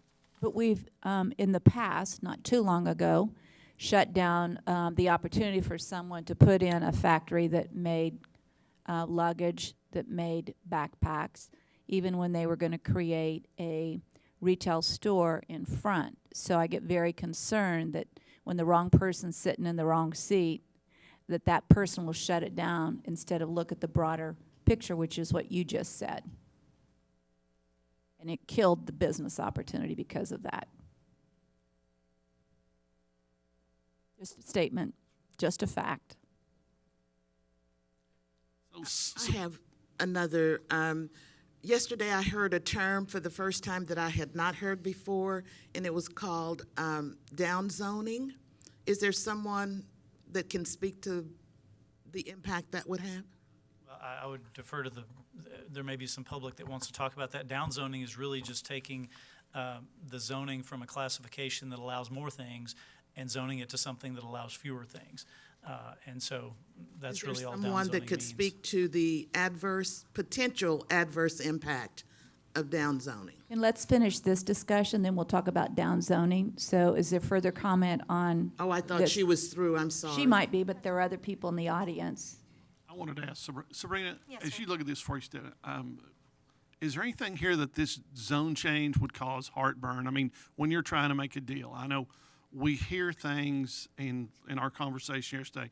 Sometimes speed is of the essence. Sometimes we think speed is of the essence, but actually 6 weeks is a very short workable window. But is there anything in this zone change that maybe causes you a little heartburn as you look at it that would be difficult for you doing business going forward? Time is always of the essence. I would say a day could kill a deal. I mean, and previously I've worked more on the specialty leasing, which is the temporary side, but not getting back to somebody within a day can kill a deal. So permanent leasing, you may have a little bit more time than a day, but 6 weeks, 4 weeks, Yes, definitely. And if they know that there's a conditional use, they might not even consider it because they don't want to deal with any additional red tape. And we've lost deals when 2 days were an issue. It is an issue. But timing is everything. I think what Harry said has merit here, and I see your side too, Judge, is we're worried about some of the residential here and protecting both sides of the street. It'll be interesting to see what somebody else. Thank you, Sabrina. I understand. Thank you very much for your time. And you know, I agree. I think, thank you. Steve Eustace, you want to come forward? Economic development is an absolute priority for us to look at increasing our tax base. But I think we have to be very good stewards of our community in San Angelo. And so that was one of the things that I think we were tasked with when we campaigned and were voted into this position, is to be good stewards of our resources. And you know, to listen and be aware of our citizens' concerns, and if the citizens in that area did not want a vet clinic, an animal shelter and clinic and grooming facilities, you know, I struggle with wanting to put something that may be more onerous in there, and there absolutely is a backup to a residential area. There's some apartments that are on the southwest side of the mall that would be residential as well. So, you know, I just think we have to take more than the fact that conditional use may take 6 to 8 weeks to take a look at and, you know, kill a deal. I just think we have to, you know, be more inclusive of what we look at, more big picture. Steve, Thank you, please sir. come forward. Good morning, Mayor and Council. I'm Steve Eustace. I'm in the commercial investment real estate business, and we represent commercial property owners and retailers and users and hopefully people that are trying to move to San Angelo. I'm very familiar with the CGCH zoning classification because I was very much a part of creating it when it was created. It was a compromise to allow people that had C2 zone property not to lose their rights. Just quick history, we used to have C1, C2, C3 type zonings, and in, I think, year 2000, when we went to CO for neighborhood, for office, commercial office, CN for neighborhood commercial, then CG for general commercial, and CH for heavy. The attempt was going to be to take all C2 properties in San Angelo, which at that time there were more than 2,000 of them. And we're talking about all up and down North Chadbourn, South Chadbourn, Pulliam, Boulevard, Sherwood Way, all over the city. There's more than 2,000 pieces of property that are zoned CGCH. And at that time they were C2, and they were just going to instantly be put in CG, which they were going to lose a lot of rights. The uses you've heard talked about, outside storage. So as a compromise to not allow people to lose rights to use their properties in certain ways, we compromised and created this category as a grandfathering category to put all the C2 properties into. And to my knowledge and recollection, there was no caveat in that ordinance that said, we're going to do this just temporarily. Now, there may have been, and John and I both have talked about going back and reading and I didn't do it. I don't know if you did or not. Did you? Yeah. What did it say? In the ordinance that was adopted, and this was in the handout you guys received, it says the CGCH district is intended as a transitional district for areas previously zoned C2. It is intended that the areas within CGCH zoning districts will be changed to other zoning districts based on comprehensive land use plans adopted by the City Council. That's from the CGH section of the zoning ordinance. But what was the wording in the ordinance that was passed in its finality the evening of the City Council meeting? That is the language that was adopted in the 2000 change to the zoning ordinance. Okay. Well, I don't recall that, but be that as it may, we're still opposed to this change. You know, CGCH has a right to exist. You don't get to go apply for new CGCH rights. But, and one thing I wanted to ask, the city, the report I'm looking at states that the petitioner is the city of San Angelo. By what action did the city make this specific request to rezone this property? Was this something this council did to request that change? I think John brought that up earlier when we had rezoned what used to be the Roses, and it was the dog park. At that point in time, Planning Commission looked at the mall. He brought that up earlier. But can the Planning Commission, I mean, it's if the city's the petitioner, doesn't the council have to do that? And I'm not trying to be nitpicky, I'm just trying to figure out why this exactly came up and we targeted that area. Yeah, that's what my question was to John earlier, what prompted this? And that's what he was sharing with us when we had the other case before us about the grooming facility going in there that prompted the planning department to take a look at that. So it wasn't the council that prompted it, but that did. Well, I've talked to a couple of planning commission people, and the interpretation they got was that they were being directed by city council to pass this. So I'm just trying to figure out where this all came from. In fact, the overhead that day did say city council directive or approved, et cetera, which might have been true of previous city councils, but it was never something that this city council directed to make happen. Yeah, and I just think it's an unfortunate situation that we're attempting to rezone several properties that the owners of these properties don't even want their properties rezoned, didn't ask for it, and certainly don't want it. I think the letters that went out in support, that came back in support of these, those are from residential people. I don't think, and I don't know, did you get any letters back from commercial owners in support of this?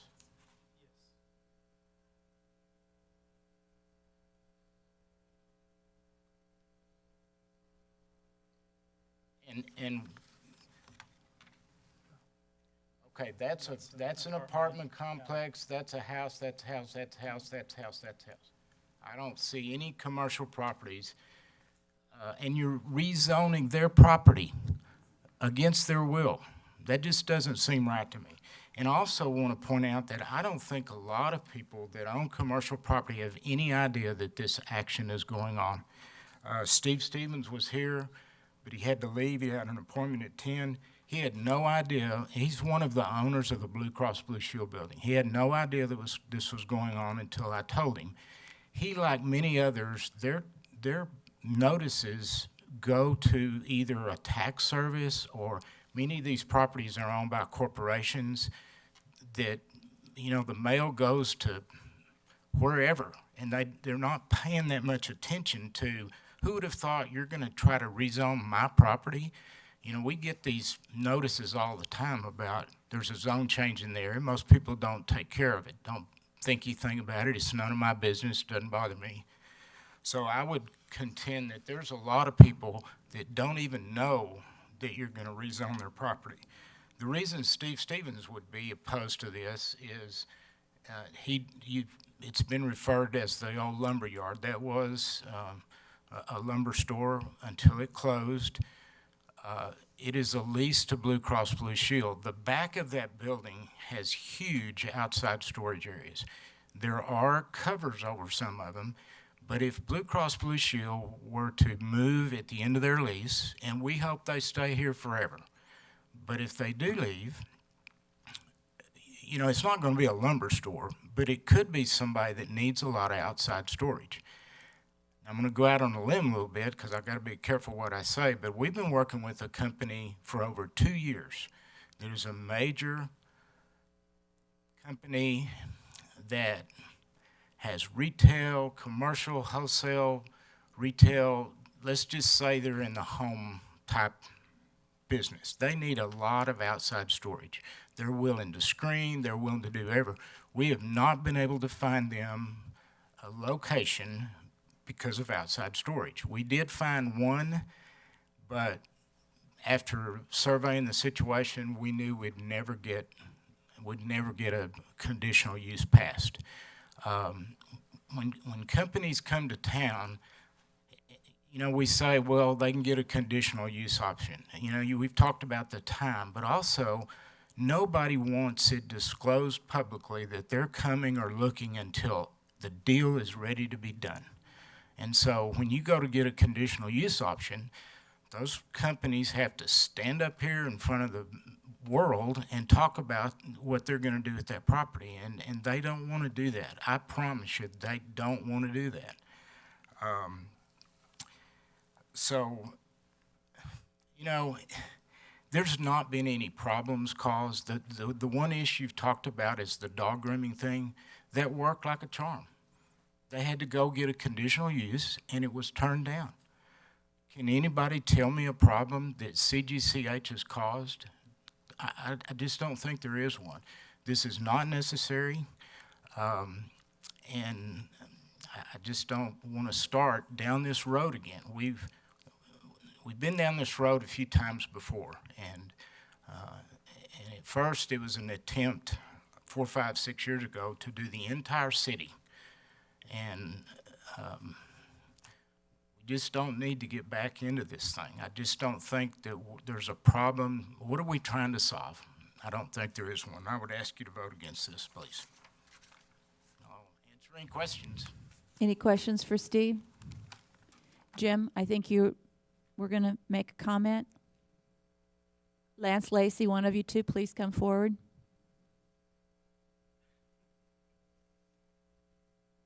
I'm Jim Turner, and I guess I'm getting well enough known that people know I want to make a comment. Thank you for your patience and everything. This type of action here affects me for a number of reasons, one of which is I'm on the zoning board. I'm right now the chair of the zoning board, and we went through the process, or a process that could come out of something like this, with the sand redistribution and the zoning that is appropriate for things like this. There are, right now, zoning needs to change because it's driven by things that are changing. Transportation was one of the major driving forces of zoning to begin with, and how things were distributed. That's changing dramatically with possibility of drones, the new distribution center model that a lot of things are going to, and just the intensity of traffic, which is one of the major factors that we had problems with on the frac sand plant. In some ways, zoning needs to change in this area, but in other ways it may be premature because you're aiming for a moving target here. And what we're talking about, even the most leading edge stuff that we're talking about today, 50 years ago, nobody thought sand distribution was going to ever happen here locally, but it did. Similar things are going to happen with all your commercial properties. And all your residential properties are going to be affected as well because of this changing way that people do things more. So you have a tough decision in front of you, and I'm not sure that you really have enough information to make that an adequate decision for this property right now, because you're kind of guessing at long-term effects and that conditional use may work. And I'm not sure that that's true. I think we need to review some of how we're doing zoning, not only the fact that we have it. Thank you. Thank you. Lance, would you come forward?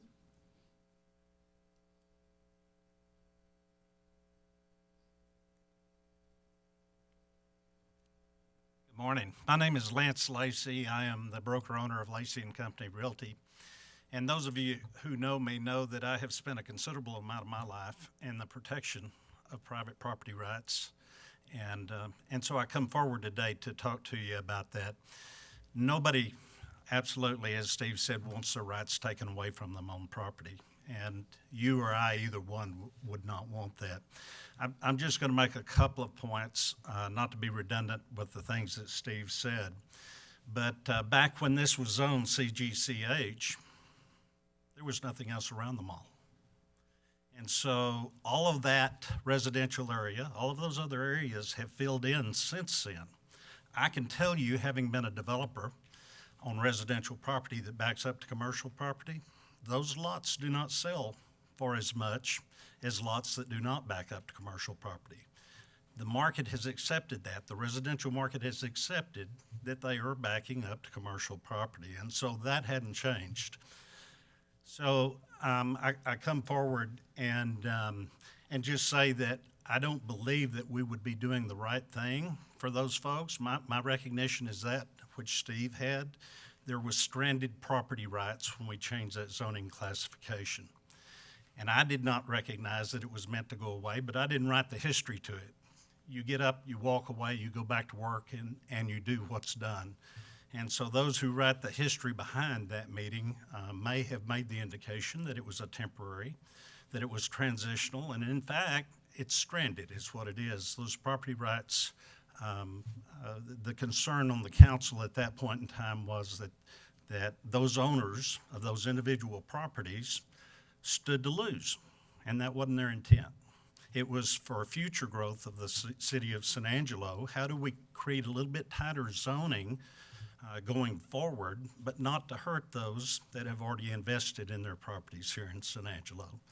And so, again, I would just offer a little bit different perspective along those lines. I would also ask for you to vote against this motion that's being brought before you today. Thank you. Thank you. Do we have further public comment? Billy, were you going to say something? I'd like to make one clarification. It's been stated a couple of times that this indication that this would be subject to change in the future was historical somehow. It is actually written into the Code of Ordinances, which I think John clarified. It specifically says in our code, it is intended the areas which within CG/CH zoning districts will be changed to other zoning districts based on comprehensive land use plans adopted by City Council. So this is not just a notation in the history of this case or this ordinance. This is actual ordinance language that the Planning Department is following. And I just want to say, I appreciate what Mr. Lacey said about private property rights, because I am a strong advocate for personal property, private property rights. However, in this situation, I think that we would not be effectively doing our job if we aren't paying attention to what is going in and where it's going in. I hate to think of us losing a potential business opportunity coming to San Angelo because we want to have an oversight over what goes in and where it goes in. I just think that's prudent stewardship, as I said earlier. So, you know, I just don't think seeking a conditional use is unreasonable in this case.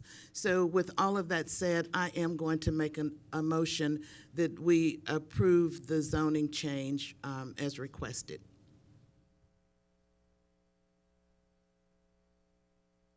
And I'll second that. There's been a motion to accept the zoning change as presented. All those in favor say aye. Aye. Aye. Opposed? Aye. Aye. We get a show of hands. All in favor say aye. 4 in favor. Opposed? 3 opposed. Motion carries. Thank you.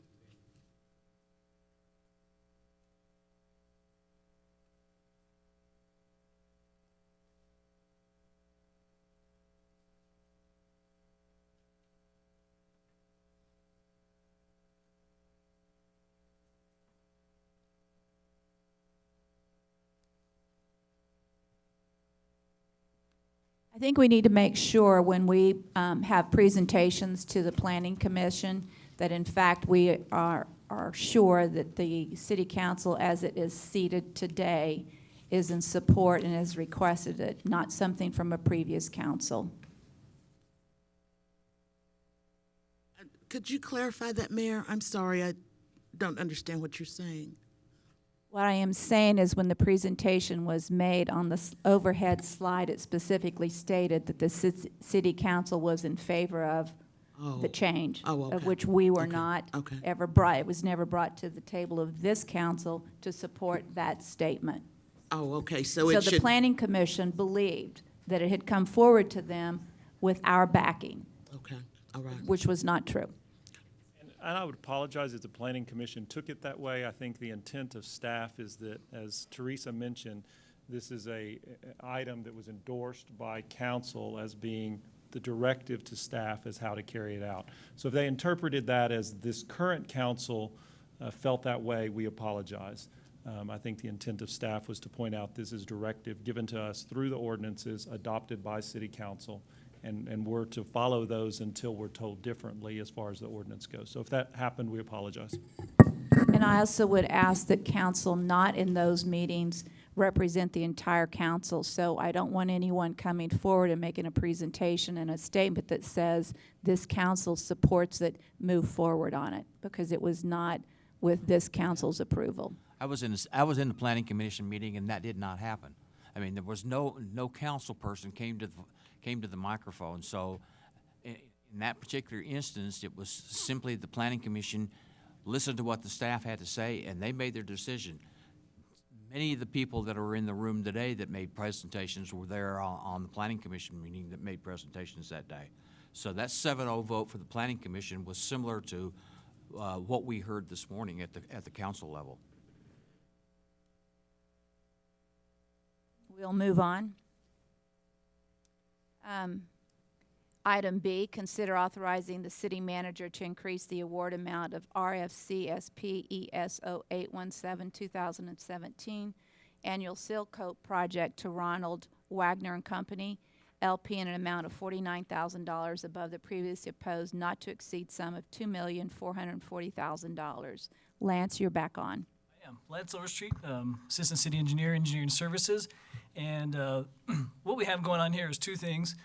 As you guys may have recalled in the presentation that seemed like it was hours ago, the seal coat oil that's placed down is placed down at a rate that's usually an approximate rate. When we set that every year, we kind of make our estimates based upon the rate that we think it's going to be and based upon what the historical rate has been.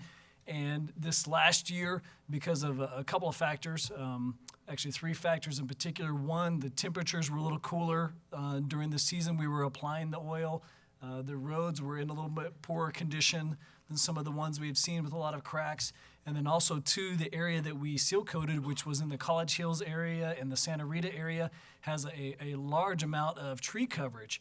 And that tree coverage actually shades the roadway and cools that roadway. Well, with all of those different factors, we had to actually place the oil down at a thicker rate than what we have historically done. And so what that has actually done is it's made us to where we are in need of a little bit more funds to finish completion of the seal coat and project and the striping. Those funds are budgeted in operations, so it's not something that's needed that's above and beyond the budgeted funds.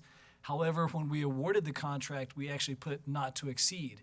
And so therefore, since we put not to exceed, that could not be done by Daniel or by the city manager. And so that's why we're here today, is just to ask for some additional funds to finish off that project, and that's where we're at. Lance, this job is already completed, correct? The seal coat portion is, they are finishing sweeping, and they still have the striping portion of it to complete. The way that that project is set is that 30 days after the seal coat has been installed, they're required to do a second sweeping, and that picks up any loose rock that wasn't seeded, and they have started that, but that's not complete.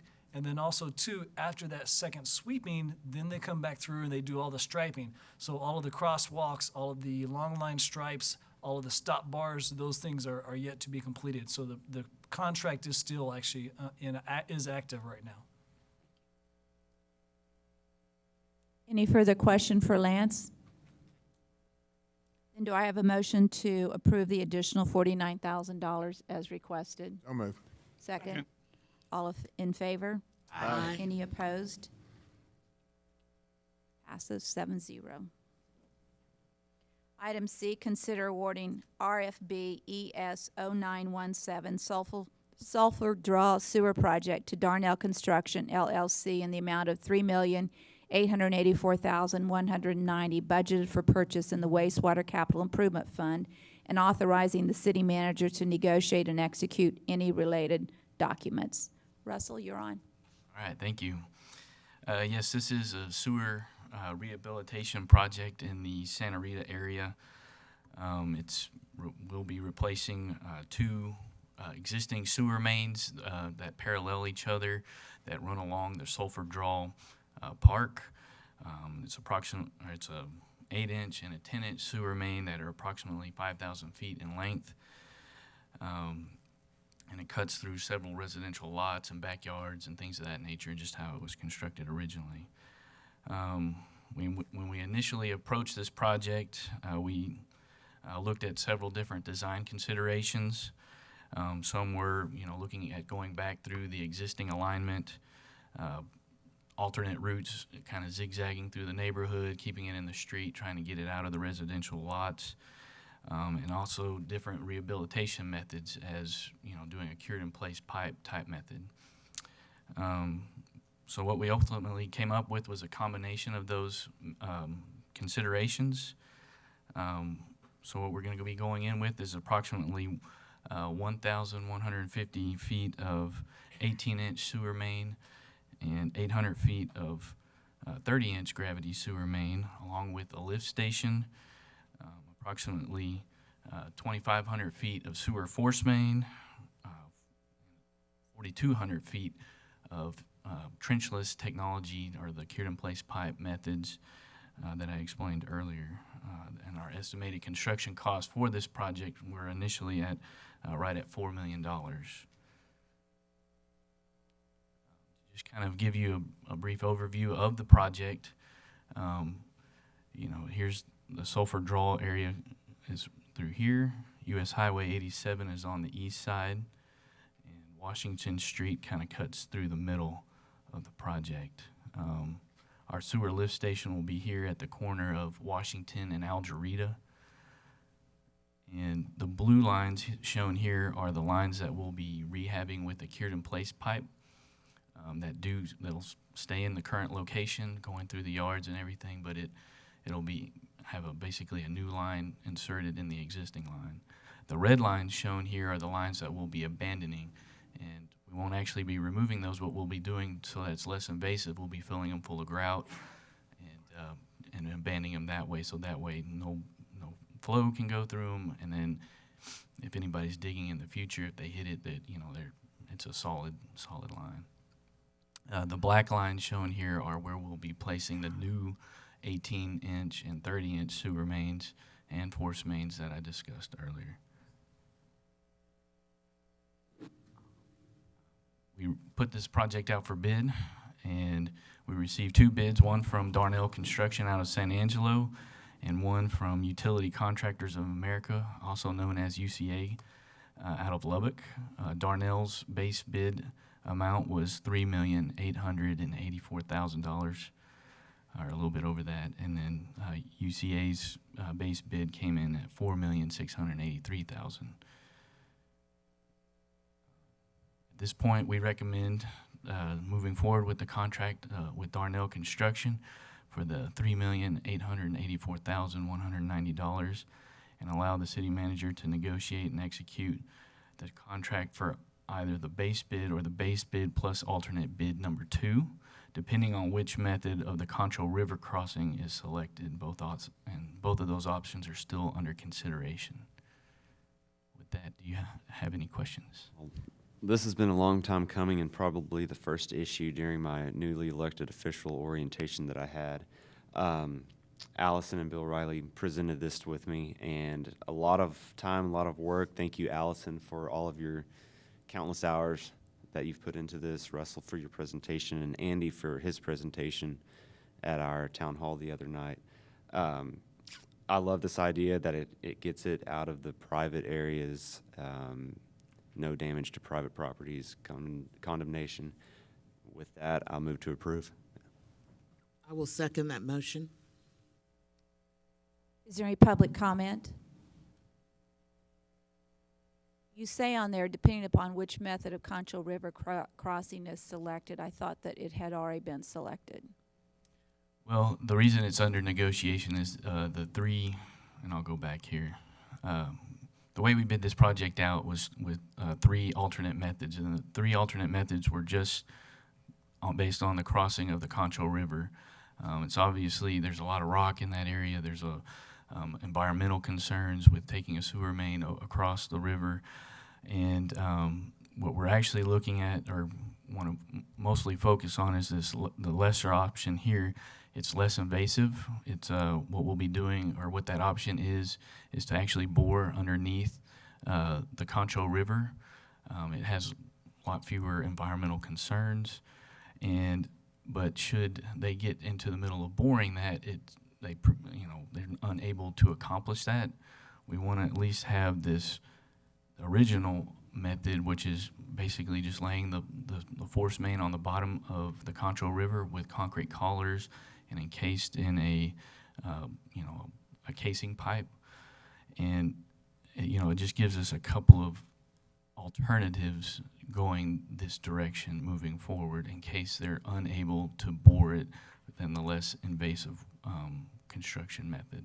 So basically, only after they get into the process of this will we know whether bid 1 or bid 2 is going to happen. Correct. And 2, what we've negotiated with them as well is that if they choose to bore this project and they get halfway and they are unsuccessful, that we're only going to pay for one method of construction. So we're not going to pay, double or 1.5 times more.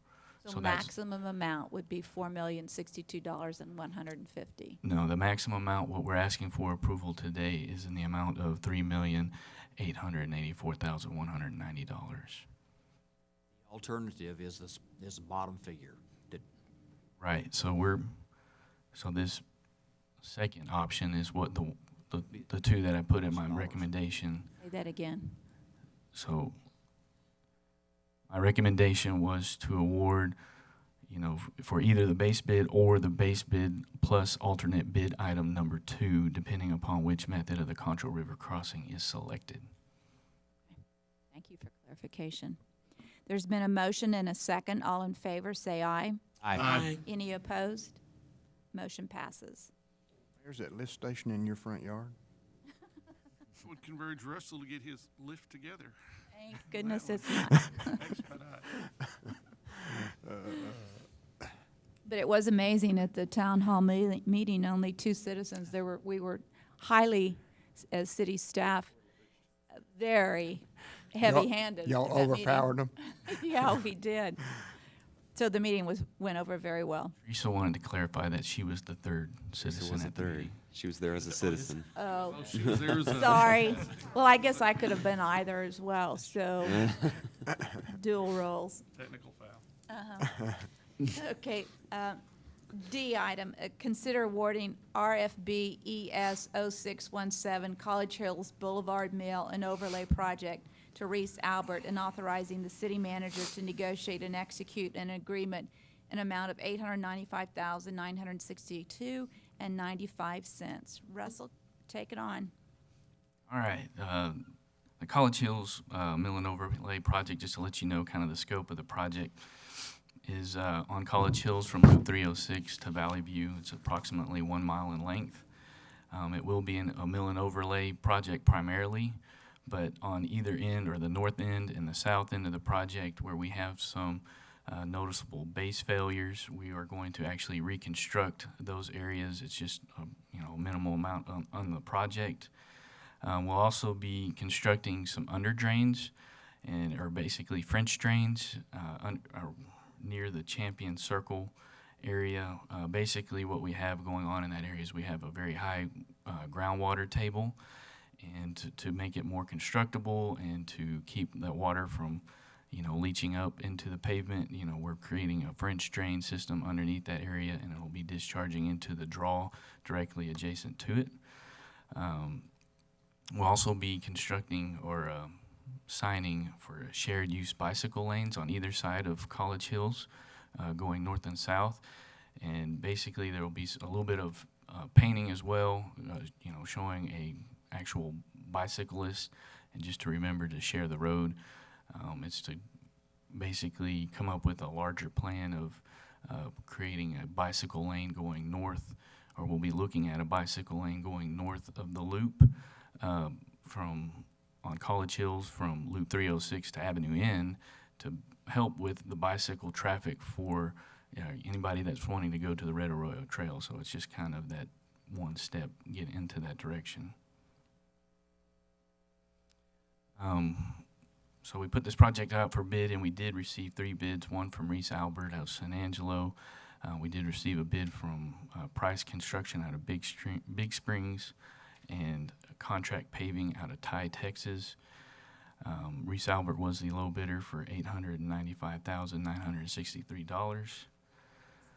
With that, I recommend awarding the bid for Reese Albert for $895,963 and approve negotiating and executing that contract. Are there any questions? Move approval, staff recommendation. Second. All in favor say aye. Aye. Aye. Motion carries 7-0.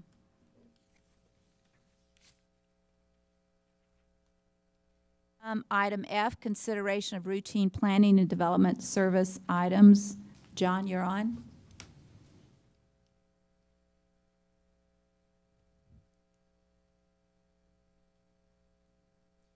Just wanted to start off and say this is something a little bit different than the way we've normally done these. What we've done is basically combined all the non-controversial planning items into one item F.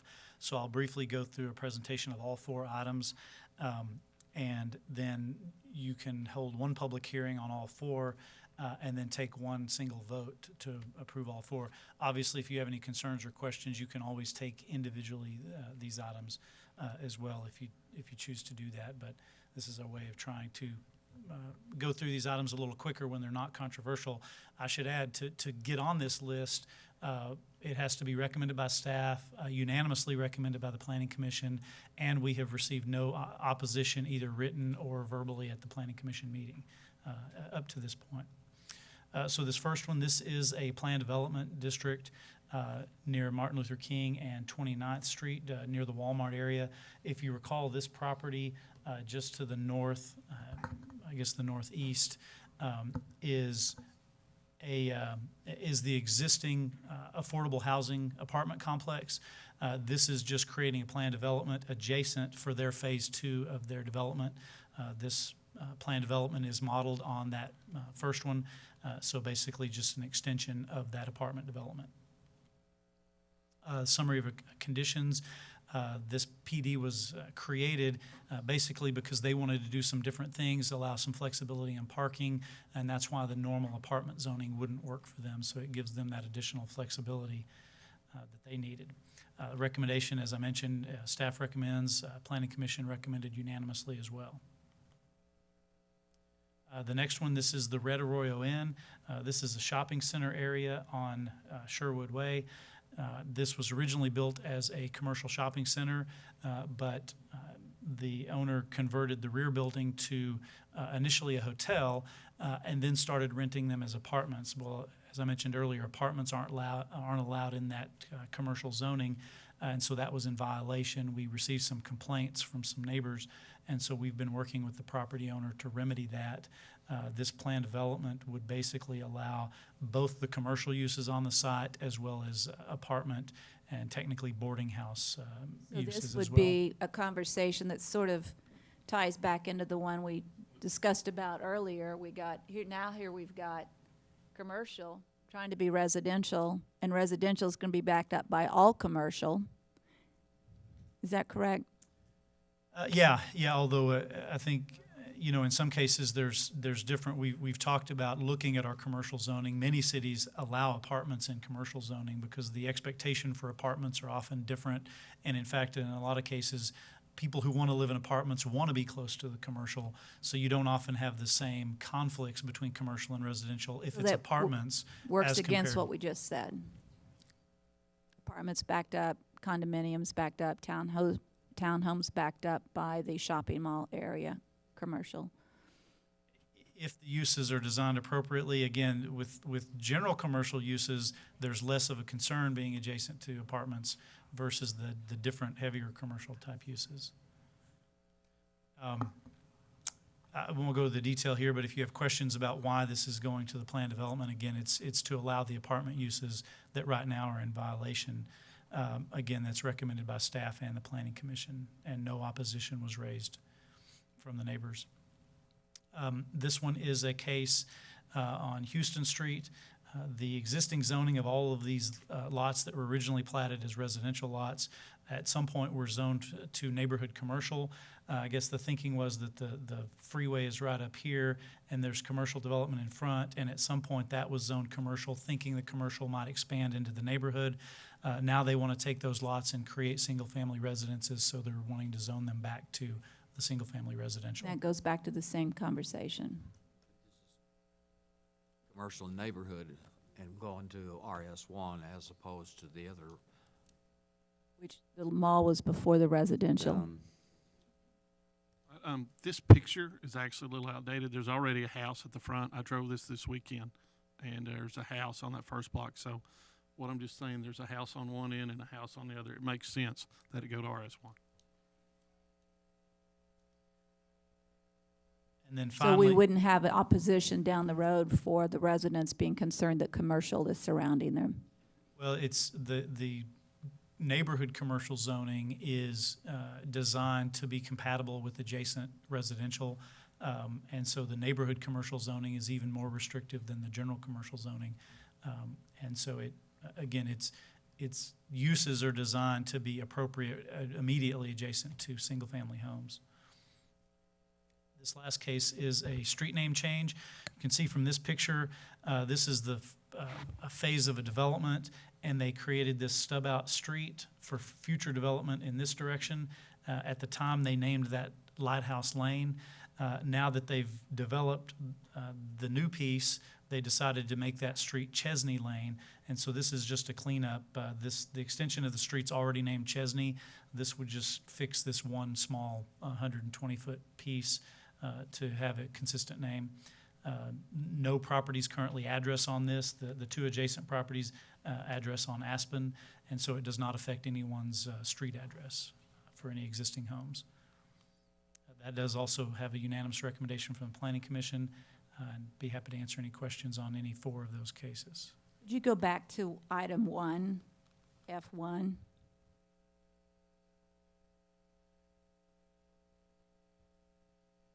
So point out to me the the commercial businesses that surround this. This is a Walgreens. This is a small strip shopping center. I think, actually, the car wash is not shown on here. It's one of those 2 properties. I forget what that commercial use is, but it's a commercial use. And then, of course, the whole Walmart complex with all of the different uses in and around Walmart across 29th Street. So we're all well informed that we're asking to put residential into the middle of this commercial area.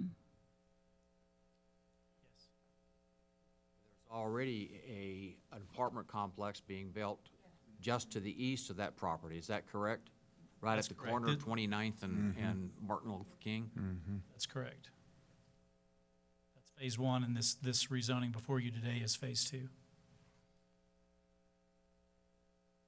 John, since this is a little different consideration here, can we move approval for item F to include all 4, or do we have to vote on each 4 of those individually? I believe you can vote one vote for all 4. John, just for completeness before we go on, the one that was in single-member District 2, it said the Bluffs neighborhood? Is that right?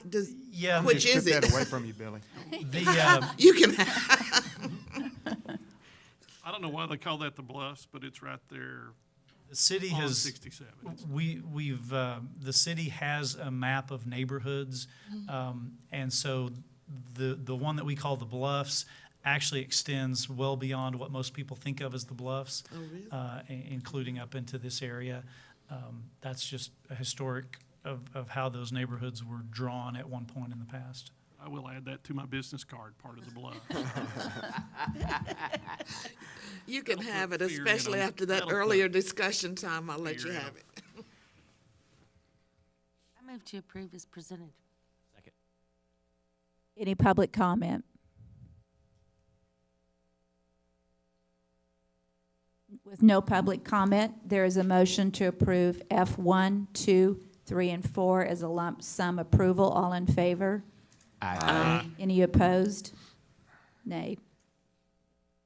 Passes 7-0. G, first reading and public hearing of an ordinance amending Chapter 10, traffic control for the restriction of oversized loads in the areas of US 67, US 277, 87 north, southeast, and westbound roadways near Central High School. Shell. Mayor, Council, real quick, this hopefully won't take long. The TxDOT brought this to us, asking us to approve an ordinance that basically backs up their permit restrictions that they currently have in the area. It's just going to help for local enforcement is the primary reason for this, and it's right there beside Central High School. Y'all have any questions? Y'all want me to explain it further? Is this it's a safety issue? It's a safety issue, and this is just for peak times, travel times for the kids at Central High School. So TxDOT did request this of us? Of the city, yes. Okay. Yes, sir. All right. I'd Move to approve this item. Second. All in favor? Aye. Aye. Any opposed? We do need a public Sorry, hearing. I have public comment. Let's back up. We just didn't take that vote yet. With no public comment, the motion's on the floor for approval with a second. All in favor, say aye. Aye. Any opposed? Motion passes. Thanks, Shane. First reading, item H, first reading and public hearing of a public right-of-way management ordinance regulating the physical use, occupancy, and maintenance of city rights-of-way by wireless network providers. Russell? All right, thank you. As you'll recall, I brought this, an agreement previously with a contractor, Mobility Construction, that puts in these types of facilities. And just to remind everyone, it is to help with the basically getting upgraded to 5G capabilities for cell phone communication and data transfer. What this ordinance will do is it helps define what those wireless communication facilities are, what a network node is. It's basically radio transceivers, antennas, and any backup power supplies that go along with that. This ordinance also stipulates who's responsible for construction and maintenance of those facilities, and we'll kind of dive into that a little bit.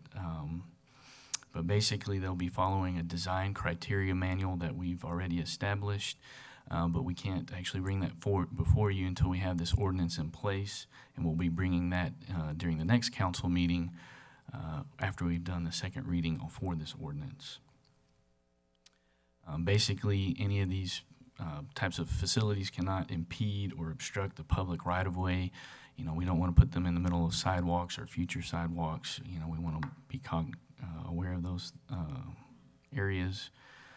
We also want to make sure that they're following applicable codes, especially electrical permitting, because this is going to require electricity to facilitate these items, as well as, that they certify that they meet all federal communication requirements. They meet insurance coverages that's required by the city of San Angelo. The other things that we want to make sure is that they're not installing them within, areas like municipal parks or historic districts without some type of special approval or consideration. And that's what we are stipulating in this ordinance. We're also stipulating in this ordinance what the permit fees will look like. Those permit fees are unfortunately regulated by the state legislature that was recently passed in the 1st of September. $500 will get them up to 5 network nodes on a pole. And again, those network nodes are the receivers, the antennas, and any type of battery backup. And then $250 for any additional node. They'll also have a fee for the node support poles of $1,000. And then on an annual basis, we'll be charging them $250 per network node, or per pole, basically. Just to kind of give you a brief overview of what we'll be looking at in the design manual when I bring that hopefully at the next meeting, will be standards of appearance, types of poles in the right-of-way. Are they going to be wood or metal, and what that's going to look like? The number of poles in the right-of-way, and the spacing requirements. There again, back, where they can be put in the right-of-way, or are they going to be allowed in parks, things of that nature, and historic areas. And finally, this is just an example of what they look like, just to kind of remind you, we went over this the last time, but basically at the top here is the antenna. This box here is the transceiver, and I couldn't actually find an example that had like a battery backup supply, but this one is most likely supplied electricity and has a meter at the base of the pole. That's most likely here on the other side of the pole. With that, do you have any questions? I just want to make sure that what we're approving today is that the fees attached to this and, in fact, the ability to use them, but we are not today approving what the design standards are, but we are approving where it's restricted or without approval. Correct. That's correct. That's what we're approving today. Any questions from council? I guess I'd ask Rick a question on this, and that is, in our proposal for looking at redesigning South Chadbourn and streetscape, one of the things that we talked about was the possibility of removing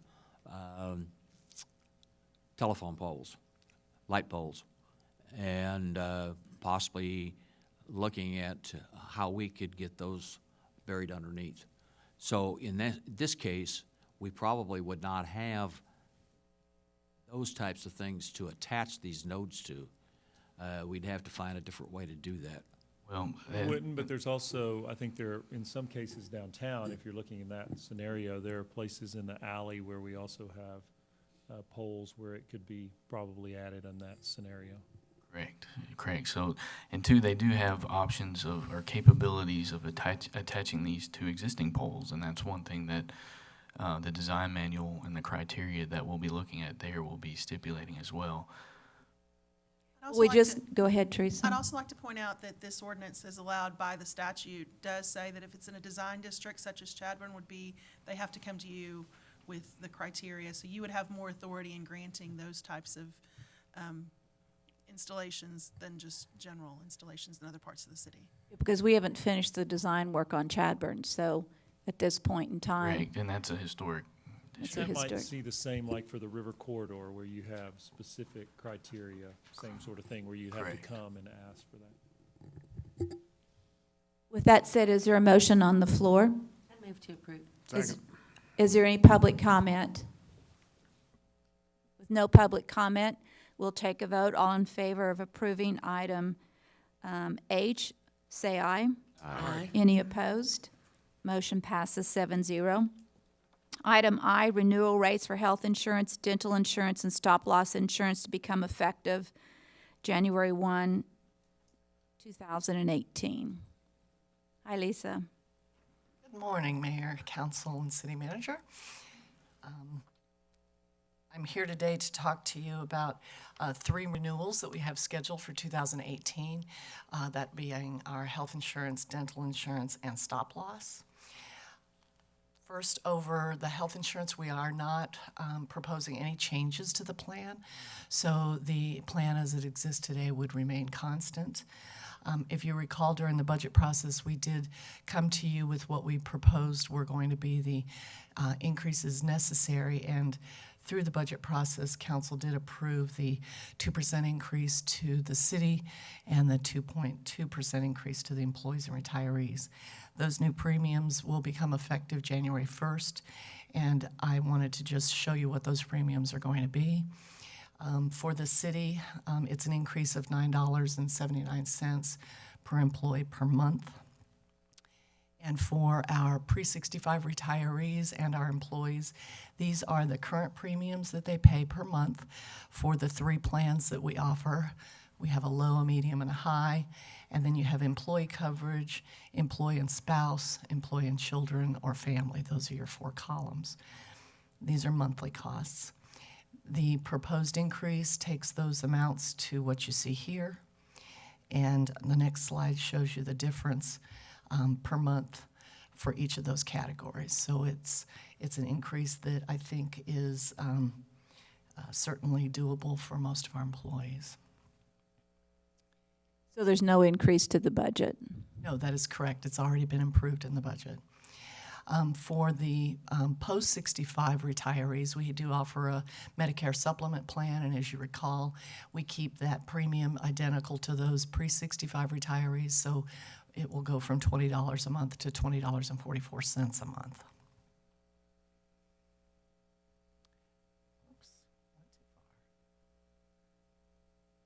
Okay.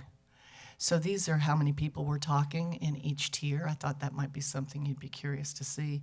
Obviously, the low plan is the most popular. These are the affected members that are employees. And this next slide tells you the pre-65 retirees, how many are in each plan. So certainly the high plan with children and family saw the biggest increases, but there's the least amount of people in those tiers. Any questions on the health insurance? Any questions? Do I have a motion? Actually, sorry. Not yet, sorry. I just wanted to see while we were still on health if there was any kind of questions. So we'll move on to dental then. The dental renewal did not include any kind of an increase to anyone. It stayed the same for our next year, which is the last year in our contract. The city pays $17.42 per employee per month. What we have decided to do is to propose a second plan of dental to offer where employees can buy up to that plan. And so that way we would have a low plan and a high plan.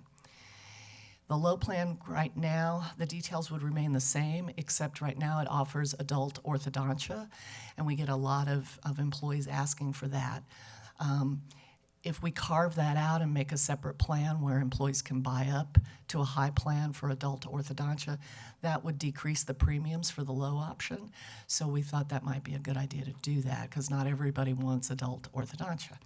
So we would create a high plan, which would have the exact same details as the low plan, except it would add the adult orthodontia to it, and the maximum benefit would be $1,500 a year instead of the $1,000 in the low plan. But again, this would be something that they would have an opportunity to purchase if they chose to do so. So these are the current monthly premiums for the dental program, and obviously there's not a high program at present.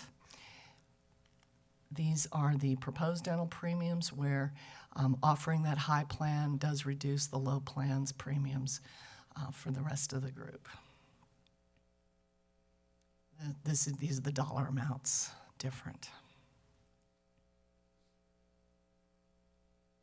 Any questions on the dental? Questions from council? No? Thank you. And then stop loss is our last renewal for this year. Obviously, these are this is the insurance that we buy so that we're protected against high claims. The renewal did show a 9.5% increase over our previous rate, but on our HR budget, we had already included that in our budget that we submitted and was approved during the budget process. So there's no action that's really necessary on this except to let you know that there was an increase that we've already funded. We are looking to start open enrollment next week for our active employees. We'll run that through November 3rd, and then we will notify retirees that their open enrollment will be somewhere between October 30th and November 10th, whenever they'd like to come in. We also mail out packets to those people who are not in town.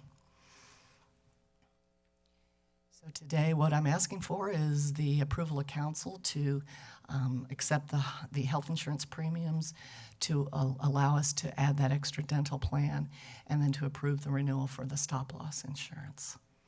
And if you have any questions, I'll be happy to answer them. I make a motion that we accept your recommendation. Any public comment? There is a motion and a second on the floor to accept the information as presented by Lisa Marley. All of those in favor say aye. Aye. Any opposed? Motion passes 7-0. Tina, you're on to present the September sales tax performance.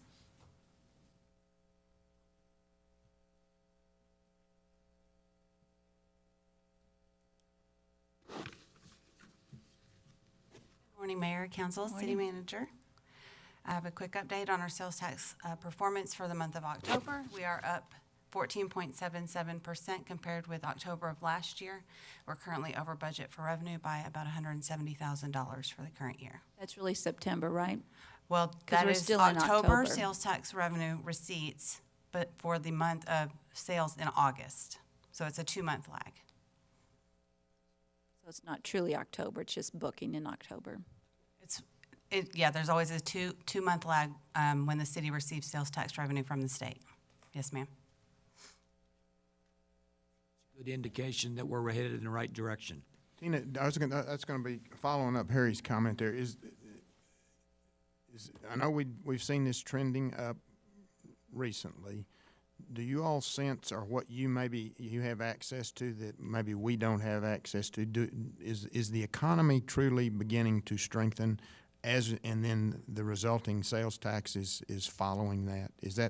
Do you have a sense of that? You know, Tommy, one of the things that we had thought might happen in the month prior was with the impact of the terrible storm in July, that we would have seen a larger sales increase in that month, which we did not. And so we truly believe, or there probably is an impact in what is actually August for some of that damage and issues attached to the July storm. I would think that's true as well. We are also seeing great increases in Midland and Odessa, so it may be some of that periphery that we're experiencing as well. These numbers here are falling in line with what we saw in October of 2015 is pretty close to what we received this month. Additionally, we heard earlier about the staffing shortages in the streets folks, and we're competing against other employers, sometimes not successfully, for those skilled positions. Tina, you present a pie chart in terms of the areas and what they represent. Do you have that on your screen today? I don't have it on the slideshow, but I do have it in front of me. Well, what I'd like to see going forward is we use that pie chart, because we can show this year to last year in terms of where those increases come from, and so that'll better answer your questions. So we'll know better, because you've got the information. I'd like it to be a part of the presentation. And you're saying compared this year to last year based on industry? Yes. Like retail versus health? All those? Yeah, you did that pie chart Yes, that ma'am. shows like the 7 or the 5 things that you Yes. break it out into. Okay, that's So not a we'd like problem. to see which of those areas are reflecting that increase, and it'll help us to better understand the sales trend. Sure, okay. Okay? No problem. Because you have it. Absolutely. and you Yes, present it's it to- not yeah. any problem at all, yep. Perfect. Thank you. All right, thank you. Are we going to go into closed session today? We do have an update on one item. It should not take very long, and then I think Lisa Marley will join us for Daniel's evaluation. Okay. So with that, at 11 o'clock on the dot, we will take a recession, go into closed session, and we'll return.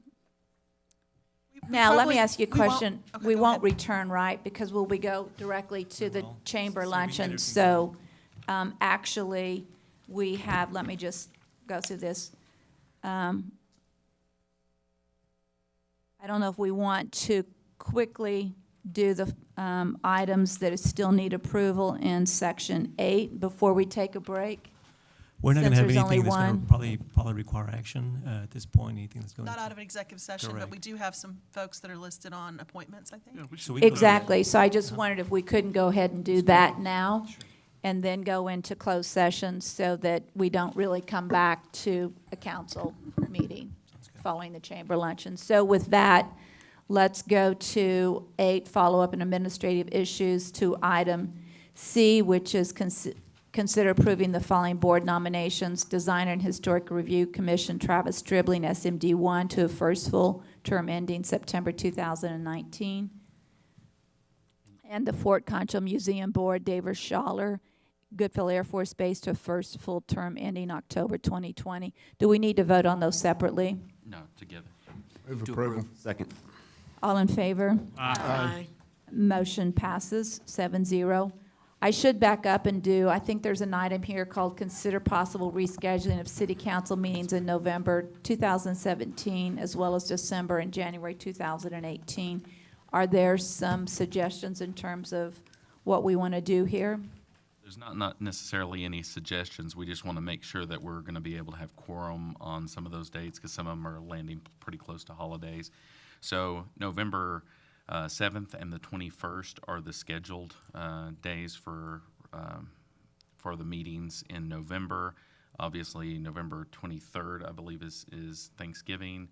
So that one's pretty close. So if y'all wanted to, we could combine those meetings on the 14th. That way there's not a long time in between meetings, or we can have both of them. Again, that's just really how it affects y'all as far as, making sure we have a quorum for those meetings.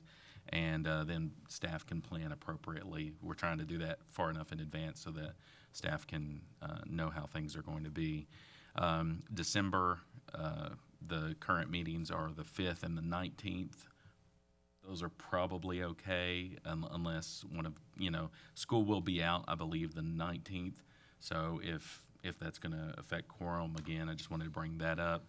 And then January, the issue is the first meeting is on January 2nd, which is pretty close to the first of the year. So it might be better to push that one back to and we could actually still have 2 meetings in January, because the way the Tuesdays hit, we could have one on the 9th and the 23rd instead. Again, that's totally up to y'all, however it affects y'all for planning. Is there any preference from council? I'm good to either November. I mean, we could do the 2 or consolidate the 1. I know that 1 makes it a long day, but if that helps y'all. Because we've got a lot in November to cover. So let's leave November at 2. Correct. December, the first week of December, I will be out. Don't know if that affects anything else, what we got on the plate, but. We could combine those to the 12th if you want to in December. Typically, that's not a really heavy month, so it might be better to combine those to the 12th. Okay. And that would be nice too, to give our staff a little break from, they even though we meet every first and third, y'all are working all the time. So I would think that might be a little nice break for them too, so. Whoever paid Tommy owes his $5, but anyway. All right, so right now we want to have the 2 meetings in November as scheduled, as first and third.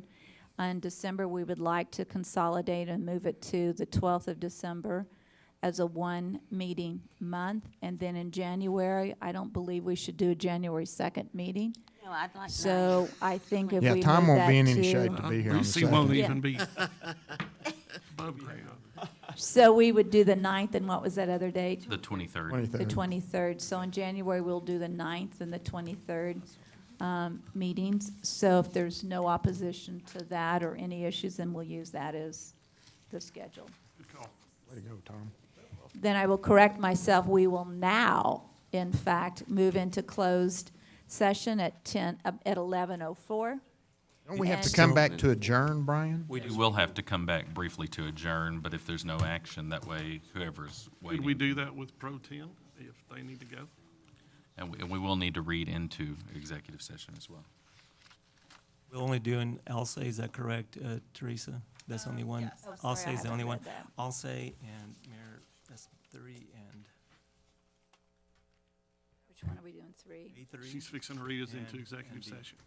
All right, so we'll go into closed session with item A3, which is Allsay Inc. versus City of San Angelo, Texas, Corolla Engineers, and B, item section 551.074 to deliberate the annual evaluation of the city manager. With that, we will move into closed session. To order at 11:34 and finish up the meeting. There were no decisions made during the closed session, so there's no announcement for that. So all we need is a motion for adjournment, Move to adjourn. and I guess there would be no one opposed to that. Then we are adjourned.